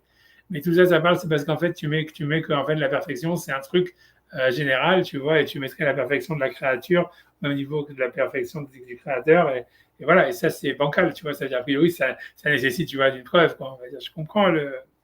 En plus de ça, je veux dire, tu vois, c'est quand il dit si avec deux dieux, le monde il serait parfait. Tu vois, c'est sûr que voilà, on voit qu'il n'avait pas la guerre des étoiles, quoi. Ça veut dire que tu vois, il peut y avoir, tu vois, la force au côté obscur de la force, et le côté, tu vois, qui te dit que les deux dieux ils sont d'accord, justement. Tu vois, c'est du fait qu'il ne peut pas créer quelque chose de parfait, comme s'il dit ah oui, il y a deux personnes parfaites qui vont s'associer pour faire un truc, ça va clairement donner un truc parfait. Ouais. Ça veut dire, on a plein de contre-exemples à ça, quoi. C'est-à-dire, tu vois, ça veut dire qu'il peut y avoir deux types qui sont parfaits. Tu vois, il y a plein de deux Rosh Shivot, deux grands rabbinim qui s'associent pour faire un truc et que, en fait, ça fait le foutoir le plus total. Tu vois ce que je veux dire? Faudrait encore que tu vois que les deux types qui, comme justement, ils vont créer quelque chose qui n'est pas parfait, qu'ils soient d'accord que, tu vois, si tu veux, de s'associer, de faire quelque chose, tu vois, où ça marche, tu vois, où ils sont sur la même longueur d'onde, tu vois, ce qui n'est pas donné, tu vois, ça aussi, c'est une question de dire, ouais, s'il y avait deux dieux, le monde serait parfait. Ouais, je suis pas convaincu, tu vois, c'est deux dieux qui sont d'accord entre eux, quoi, et qui te dit, tu vois ce que je veux dire. Tu vois, c'est sûr qu'il y a beaucoup de trucs, tu vois, qui sont, tu vois, ouais, tu vois, mais j'en sais rien. Moi, au fond, tu vois, ça veut dire, je sais pas, moi, je suis convaincu de ce qu'il dit. J'arrive pas à comprendre, à dire pourquoi, mais je comprends, il y a quelque chose de, tu vois, il y a quelque chose de, je sais pas comment expliquer. C'était pas je pense aussi que c'est que basiquement le monde est imparfait, qu'il y a une. Enfin, je crois que vrai, c'est vrai ce qu'il dit. Le truc, c'est qu'il prend son hypothèse de base pour prouver qu'il n'y a qu'un seul Dieu. Donc, mais comme c'était une hypothèse, ça reste hypothétique, quoi. C'est ça mon problème. C'est plus dans le raisonnement, pas sur le fond. Je pense qu'effectivement, il a raison que sinon, si c'était parfait, parce que ça revient sur une question philosophique, si c'était parfait, qu'est-ce qu'on fait là, quoi? Donc, Ouais, un truc comme ça. En tout cas, lui dire, ouais, peut-être, tu vois, c'est un truc, ouais. Ok, ok, d'accord, c'est à peu près ça. Mais ouais, un truc comme ça. Lui me dire, ouais, s'il y avait deux dieux, en fait, c'est là où seraient des vrais robots. Je sais pas, tu vois, ouais, peut-être, tu vois, ça serait peut-être ça l'idée, quoi. C'est un peu comme dans. Ouais, je comprends. Ça veut dire, moi, dans ce que tu dis, ça peut faire sens par rapport à ce qu'il voulait dire. C'est-à-dire, ça veut dire, grosso modo, si jamais c'était comme dans la guerre des étoiles, ça veut dire qu'il y aurait, tu vois, un dieu positif, un dieu négatif. Alors, tu as le choix d'être le robot de celui-là ou de celui-là. Alors que pour que l'homme il soit vraiment libre, en fait, il faut qu'il y ait qu'un seul dieu, quoi. Parce qu'à ce moment-là, l'homme, il est vraiment libre de choisir, tu vois, est-ce que je fais une autres ou pas, Mais si jamais il y avait deux dieux, même si, c'est nécessairement, c'est comme dit l'homme, ce qui veut dire serait parfait, ça veut dire qu'il serait vraiment parfait, mais ça veut dire qu'il n'aurait pas le libre arbitre. Ce qu'il appelle shalem, en fait, ça veut dire libre, en fait. C'est un truc comme ça, c'est ce qu'il veut dire. C'est-à-dire pour que le fait que l'homme est libre, c'est une preuve que, en fait, il y a un seul Dieu. Sinon l'homme, il serait pas libre. Il devrait que choisir entre Mélenchon et Le Pen, quoi. Tu vois, un truc comme ça, ça veut dire, ça veut dire entre deux débiles, là. Tu vois, ça veut dire, tu vois, ça serait ça. Ces exemples, moi, c'était Trump et Musk, mais. Non, mais ça veut dire, ouais, quoi. Non, ça veut dire, voilà, quoi. Ça veut dire, voilà. Et donc, comme l'homme, il est vraiment libre, ça veut dire, il y a un seul Dieu, quoi, en fait. Et c'est tout, tu vois. C'est ça ce qu'il appelle shalem, en fait, ça veut dire libre, quoi. Si on remplace le mot parfait par libre, alors ça marche mieux, quoi. Ça veut dire, si jamais il y avait deux dieux, on ne serait pas libre. Parce qu'on ne pourrait que choisir quel Dieu on veut, quoi. Mais ça ne serait pas une vraie liberté, c'est tu choisis de qui tu es l'esclave. Alors que comme il y a un seul Dieu, en fait, c'est beaucoup plus fort que ça. En fait, tu vois, il y a un seul Dieu, il a laissé la chose non parfaite, et toi, tu as la liberté soit de le parfaire, soit de ne pas le parfaire. Tu peux le parfaire comme tu veux, donc tu es vraiment libre. Voilà, et en ce sens-là, tu es comme un deuxième Dieu toi-même, quoi. C'est ça l'idée, tu vois. Parce que, ok, n'a rien à voir, on va dire comme ça. C'est sûr, en sachant que, puisque même lui, il n'a pas réussi à créer quelque chose de parfait, toi aussi, tu seras. Donc, c'est ça l'idée de l'infini, de la vie et tout ça, c'est que lui, il n'a pas réussi à quelque chose de parfait. Il dit que moi aussi, je ferai quelque chose d'imparfait. Donc, on n'arrivera jamais au bout. C'est pour ça qu'on a l'infini, quoi. Il manquera toujours un petit. Ce qui fait que la vie vaut le coup d'être vécue, quoi. Arrive après le mec qui a fini. Ouais, non, mais j'en sais rien, parce qu'il y a quand même, tu vois, l'idée du Mashiach et tout ça, tu vois, mais ça veut dire, ok, il y aurait. Ouais, j'en sais rien, tu vois. C'est des étapes. On peut vraiment pas. Qu'est-ce que c'est, ouais. Le Mashiach, c'est une étape, ça peut automatiquement, c'est pas la fin. Ouais. Non, c'est sûr que tu as raison, c'est sûr. Mais tu vois, la question même d'étape, elle est bizarre, tu vois. Ça veut dire, ouais, tu dis quand même, il y a des étapes, quoi. Je sais pas, c'est compliqué parce que tu vois, par exemple, dans l'histoire du Shabbat, tu vois, on te dit, par exemple, tu vois qu'Hachem, il a fini le monde. Donc, on a l'impression, tu vois, parce qu'on dit Shabbat, c'est tu vois, dans les Rishonim, ils disent que Shabbat, c'est comme si quelqu'un, il a fini une maison et il inaugure sa maison, il est content tu vois, il fait une fête pour inaugurer sa maison. Et tu vois, il dit, c'est ça le pshat du pasuk qui dit, Vaivach Elokim et Tayam Hashevi, Vaikadesh Oto. C'est comme si Akadosh Baruch Hu, donc il avait fini le monde et donc il fait une fête pour inaugurer la maison qu'il a créée. Donc, d'une certaine manière, c'est comme s'il voit le monde comme s'il était fini, quoi, quelque part. Tu vois, il dit Venez Tov Meod, et c'était très bien. Et donc, voilà, il décide de célébrer parce que, voilà, il est content d'avoir fini ça. Mais, tu vois, je sais pas, tu vois, ça s'oppose un peu à cette histoire-là de monde infini, de monde, tu vois, non parfait, de monde. Ben non, parce que d'un autre côté, s'il s'arrête, c'est qu'il laisse la place. Parce Ouais. que c'est le Shabbat, c'est le moment où finalement c'est l'homme qui prend. Enfin, ouais, c'est l'homme qui prend les manettes. Ouais, peut-être, ouais, ok. Non, je comprends ce que tu veux dire. Tu voudrais dire en fait que le Shabbat, la fin du monde, ça veut dire la perfection du monde, c'est justement quand l'homme, il a la possibilité maintenant d'agir et de choisir et d'être libre. Tu vois, ouais, ça expliquerait pourquoi est-ce que tout le Shabbat, tout est double. Tu vois, les corbanotes, c'est Shnei Kevasim Ben Shana, tout ça, les deux lechem, tout est par deux. Ça fait, tu vois, c'est comme le fait que l'homme, il soit vraiment à l'image d'Hachem grâce au Shabbat, juste grâce au fait qu'Hachem, il a laissé un truc, il a laissé une place à l'homme Parce pour que, finir. et l'idée, c'est que comme toi, tu as le Shabbat pour ressembler à Hachem, c'est ça en quoi on est ressemblant à lui. On a le Shabbat aussi pour s'arrêter, mais on a les 6 autres jours pour faire. Le Shabbat, il ne tient que s'il y a les 6 autres jours, ou vice-versa, quoi. Donc, on est dans l'action. Parce qu'on a le Shabbat, on peut avoir l'action, ainsi de suite. Enfin, c'est ce qui fait. Bon, bref. Ok, d'accord. Ok, tout ça, on va dire, c'est ok. C'est assez classique. Ouais, c'est classique. Ouais, c'est pas sur ça qu'on va me taper sur les doigts. C'est pas en disant des trucs comme ça qu'on va me taper sur les doigts. Ok, c'est bien. Tu vois. J'en sais rien. Ok, j'en sais rien. Je sais pas. Tu vois, ok.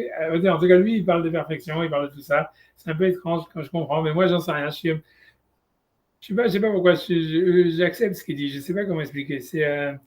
J'ai ouais, j'ai l'impression, tu vois, c'est compliqué, tu vois. J'ai l'impression que, tu vois, j'ai l'impression, c'est difficile, tu vois, je sais pas, de quoi réfléchir. Je pense que, ouais, je sais pas, il faut réfléchir plus, tu vois, il faut réfléchir plus, tu vois. Tu vois, je pense il faut réfléchir plus parce que je pense que cette idée, tu vois, que même ce qu'il a parlé avant, tu vois, de la gauche, de la droite, de l'avant, de l'après, tous ces trucs-là, je pense que c'est aussi, tu vois, en fait, il n'a pas dit ça pour rien, tu vois ce que je veux dire, et que c'est central à ce qu'il veut dire. Je Ben, pense que, moi, je vois ça comme un parti pris. C'est-à-dire que décider la droite et la gauche et tout ça, c'est juste que tu dois avoir un parti pris. Tu peux ouais, pas juste essayer d'observer tout ça. Il faut avoir un parti pris. Il faut décider ce qui est à droite, ce qui est à gauche. C'est ce qu'il fait, quoi. Il te dit, la droite, on voit bien que c'est absurde, quoi. Il y a pas plus de raison que ce soit droite que gauche, quoi. Mais bon, voilà, tu décides que l'Est, c'est devant et que l'Ouest, c'est derrière. Tu as fini, quoi. Mais c'est une décision. Je pense que c'est ça qui veut dire. Que tu dois décider, même dans la marloquette qu'il y a entre les deux, voilà, tu dois. Ou même, il est en train de se fâcher avec l'autre âme, là, dont j'ai oublié le nom. Et ça, tu dois décider de ce que tu es, quoi. Après, le reste en découle, mais il y a il y a des axiomes, il y a des trucs qui doivent être axiomatiques, quoi. Tu ne peux pas toujours seulement suivre la raison, il y a des trucs où tu dois décider. ouais, ok, je sais, c'est ce que tu dis, toi, ok. Là, c'est complètement axiomatique de dire que l'Est, c'est devant et que l'Ouest, c'est derrière. Ça ne peut pas être autre chose, que je ne vois pas que. Enfin, après, peut-être qu'il y a des raisons, je ne sais pas. Après, enfin, en tout cas, dans la logique, Ouais, si non, on essaie d'être cartésien, ce qui n'est pas son cas, ouais. mais on est bien obligé de dire qu'on a choisi ça ou ça, quoi. Ouais, non, je comprends, je comprends. Mais je pense que parce que lui, il fait allusion, je pense, tu vois, tu vois, ça veut dire, tu vois, moi, je pense qu'il y a plus que ça. Je pense que pour lui, dans son histoire, tu vois,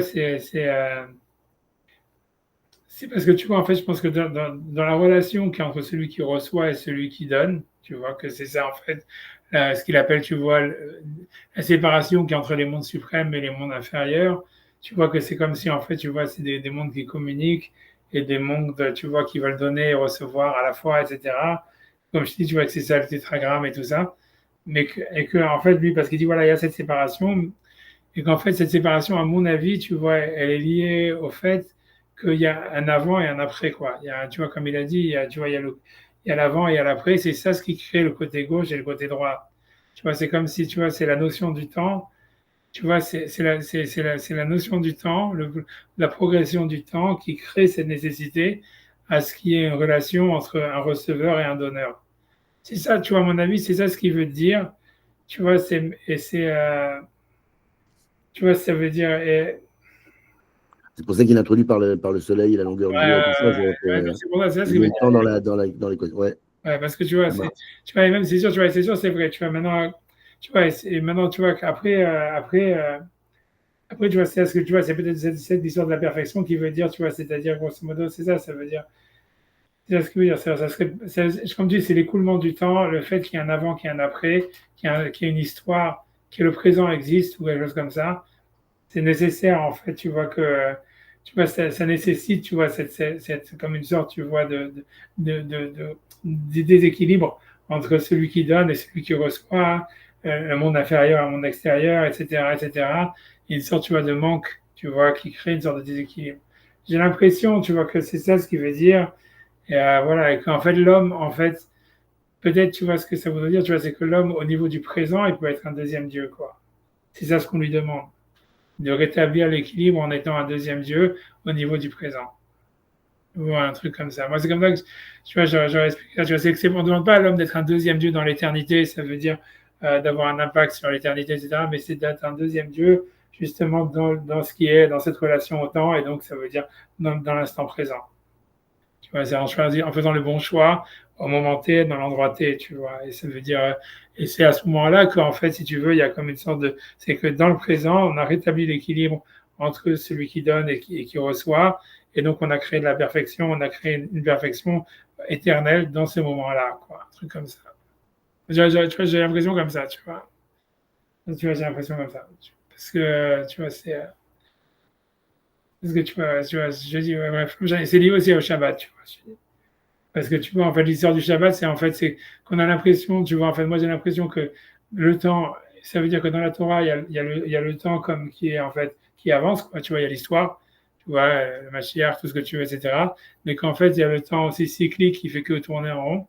Et qu'en fait, tu vois, on a l'impression que, tu vois, c'est quelque chose comme ça veut dire que c'est qu'il faut essayer de retrouver le cycle dans le truc qui avance d'une manière linéaire. Le Shabbat, si tu veux, c'est ça le rôle du Shabbat. Tu vois, on dit, voilà, comme tu dis, il y a les 6 jours de la création, Barashit, Barachete, il y a 2 Shabbats. Ça veut dire, l'idée, c'est que le mot Shit, qui veut dire 2, qui veut dire 6 en araméen, tu vois, et le mot Shete, qui veut dire 2, c'est la même lettre, tu vois, et c'est dans Bereshit, tu vois, le Zohar, il interprète Bereshit, c'est le début du Zohar, il dit, il a créé 6, il a créé 2.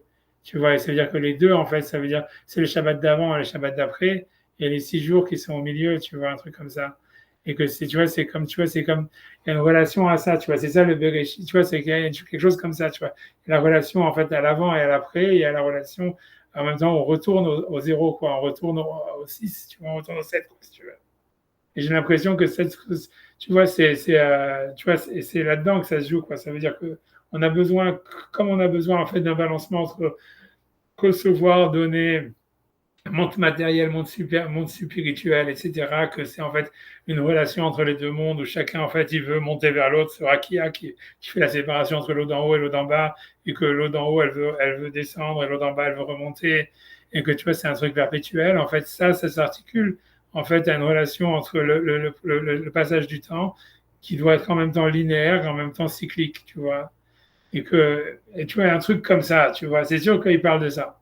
Tu vois, il parle de cette histoire-là. Tu vois, maintenant, tu vois, plus que ça, je peux pas dire, tu vois, je sais pas comment, tu vois, je pas dit que je suis très clair, moi, là-dedans non plus, mais je pense que c'est pour ça qu'il en a parlé ici, tu vois, c'est pour ça qu'il parle d'avant, d'après, de la gauche et de la droite. Tu vois, comme si tu vois ces différences entre le monde d'en haut, le monde d'en bas, le gauche et la droite, ce qui manque pas, ça s'inscrit dans une relation à ce qui est avant et après. Tu vois, qu'est-ce qui est devant, qu'est-ce qui est derrière, tu vois, et c'est dans cette relation-là qu'en fait, après la relation au manque, à celui qui donne, celui qui reçoit, en fait, elle s'établit. Si tu enlèves la relation au temps, alors tu n'as pas ça. C'est ça, tu vois, tu vois, et a priori, tu vois, après ça, quand tu viens, et, tu vois, après ça, ce qu'il veut dire avec l'histoire, tu vois, du Shalem et tout ça, du Olam, tu crois, symphonie. Tu vois, mais ouais, je sais pas, tu vois, je pense qu'il y a ça, maintenant, après ça, tu vois, après ça, c'est pour ça, je sais pas, tu vois, c'est sûr que tu vois, je pense il veut dire, quand il parle de perfection, il ne parle pas de perfection éternelle, il dit pas que si le monde il est parfait, il y aura 2 dieux, mais je pense qu'il y aura 2 dieux il y aura un Dieu dans l'éternité, un Dieu dans le présent, quoi.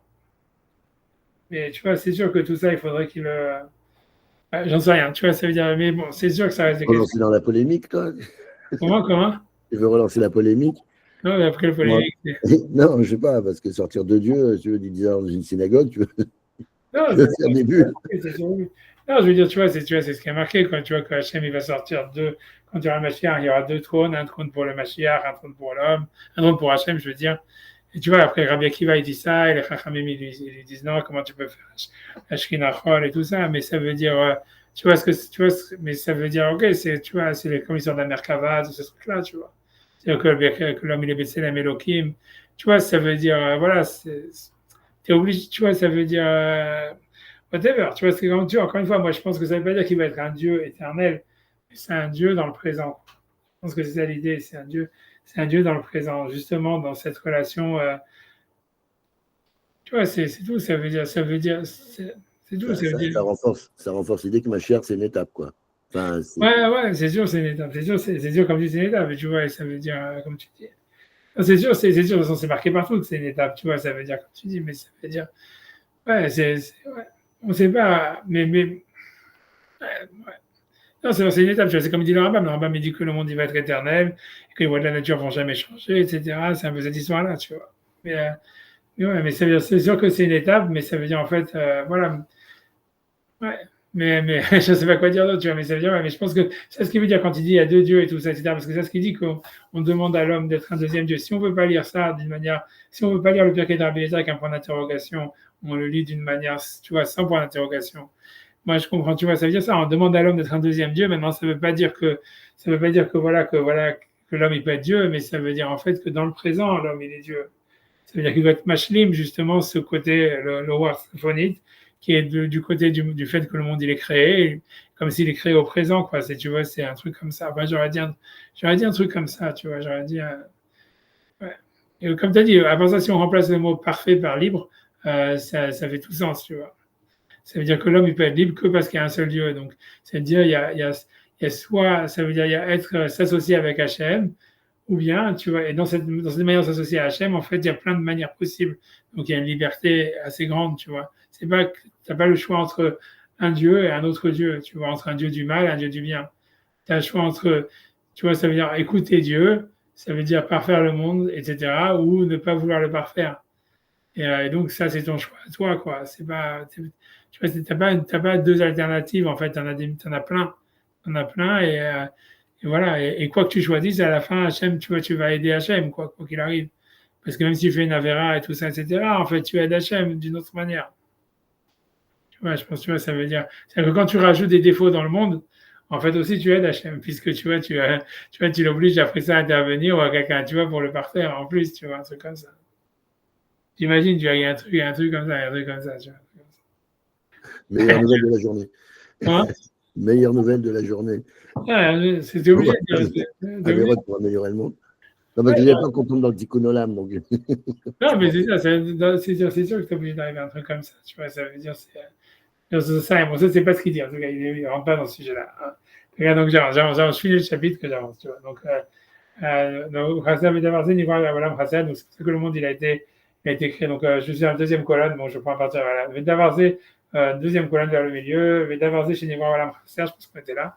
Donc, le fait que le monde, il a été créé manquant, il prouve et il nécessite, Shewit Bar Echad, donc il n'y a qu'un seul Dieu, Ben Zulato, qu'il n'y a pas d'autre Dieu, Bemash Olam, puisque le monde, tu vois, Alul, qui est une conséquence, Rasser Islam, il est justement parfait, il est manquant et on n'arrive pas à le parfaire, on n'arrive jamais à la perfection, si on va dire comme ça. Donc ça prouve qu'il n'y a pas une deuxième cause qui perfectionnerait le monde, c'est Alul qui est la conséquence. C'est ce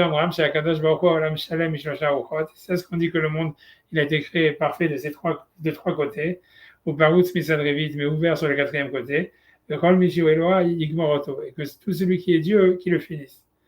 Donc, on peut lire ça comme une interrogation ou exclamatif, ou bien, non, tu vois, comme je dis, c'est l'homme qui doit devenir Dieu pour le finir. Que le Chasron Aelouch ou Chaser, parce que du fait que le monde il est manquant, parce qu'il est dépendant d'Hachem, donc il y a un manque dans le monde. Et s'il y a dans le monde un deuxième Dieu, un autre Dieu, pourquoi est-ce qu'on perfectionnerait pas la chose qui est manquante, la chose qui est manquante. Et toutes leurs paroles, c'est de la sagesse et ça veut dire de l'intelligence. Mais ces choses-là sont que les gouttes par rapport à l'océan. ואיש השכל חושב על דברי חכמים שהם אומרים כי העולם פרוץ ואורח אחד, et un imbécile il pense que les sages ils ont dit que le monde il est ouvert d'un quatrième côté. Pirsal Bagalgal que c'est une ouverture dans le cosmos, on va dire, ou dans le cosmos. Ben Zerak Sisiklut Arochev, et ça montre la bêtise de celui qui pense. Ou Iten Dofi Shelo Veseklut Baharamim, et il met sa bêtise dans les paroles, dans les sages. Je commence, tu vois, le chapitre d'après, à cause du truc. Donc, Od Evi, la tête d'Ofi, Bedivrei Haramim, donc le livre Mirat Enaim, donc on était à Kudvet, il a voulu apporter encore un Dofi, ça veut dire se moquer des paroles des sages, Kilou, Emma Minim, Kol Zarut, qui croit sur des choses étranges, Birkei Rabbi Eliezer, Birkei Rabbi Eliezer, Shemesh, Rochev Bamerkava, le soleil, donc il chevauche un chariot, Veolé Meutar Keratan, et il se lève avec une couronne comme un marié. Reine de Midbaraba, ou Merkavo Argaman, ça veut dire que son chariot est Argaman, on va dire, ils disent violet, pourpre, ce qu'ils disent toujours. L'Hachemesh Yevonatoun les Malas, c'est le soleil qui est en haut, et Ochev Merkava, et qui chevauche un chariot, au milieu de la Olam, et qui est sur le monde, Tania, puisque le verset dit, vous, Keratan, voilà, qu'il est comme un Khatan. Ok, Vaïch Azé Baletaret, Merkava Azot, Yarbat Kufatashana. Et donc, lui, ça veut dire le commentateur, le Rav Azaria de Rossi, il a voulu dire que c'était donc la Merkava, c'était les 4 périodes de l'année. Veratsa, les Raver d'Ivri Hachamim, al d'Ivri Haumot.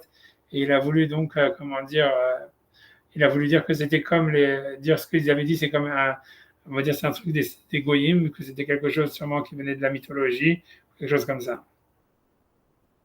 Ok, on peut s'arrêter là. En tout cas, Shabbat Shalom, et que des bonnes choses à tout le monde, et merci beaucoup. Que des bonnes nouvelles. Allez, à bientôt. Tout va lundi. À bientôt, God Shabbos. Merci. Merci à vous. Allez. Ouais, au revoir.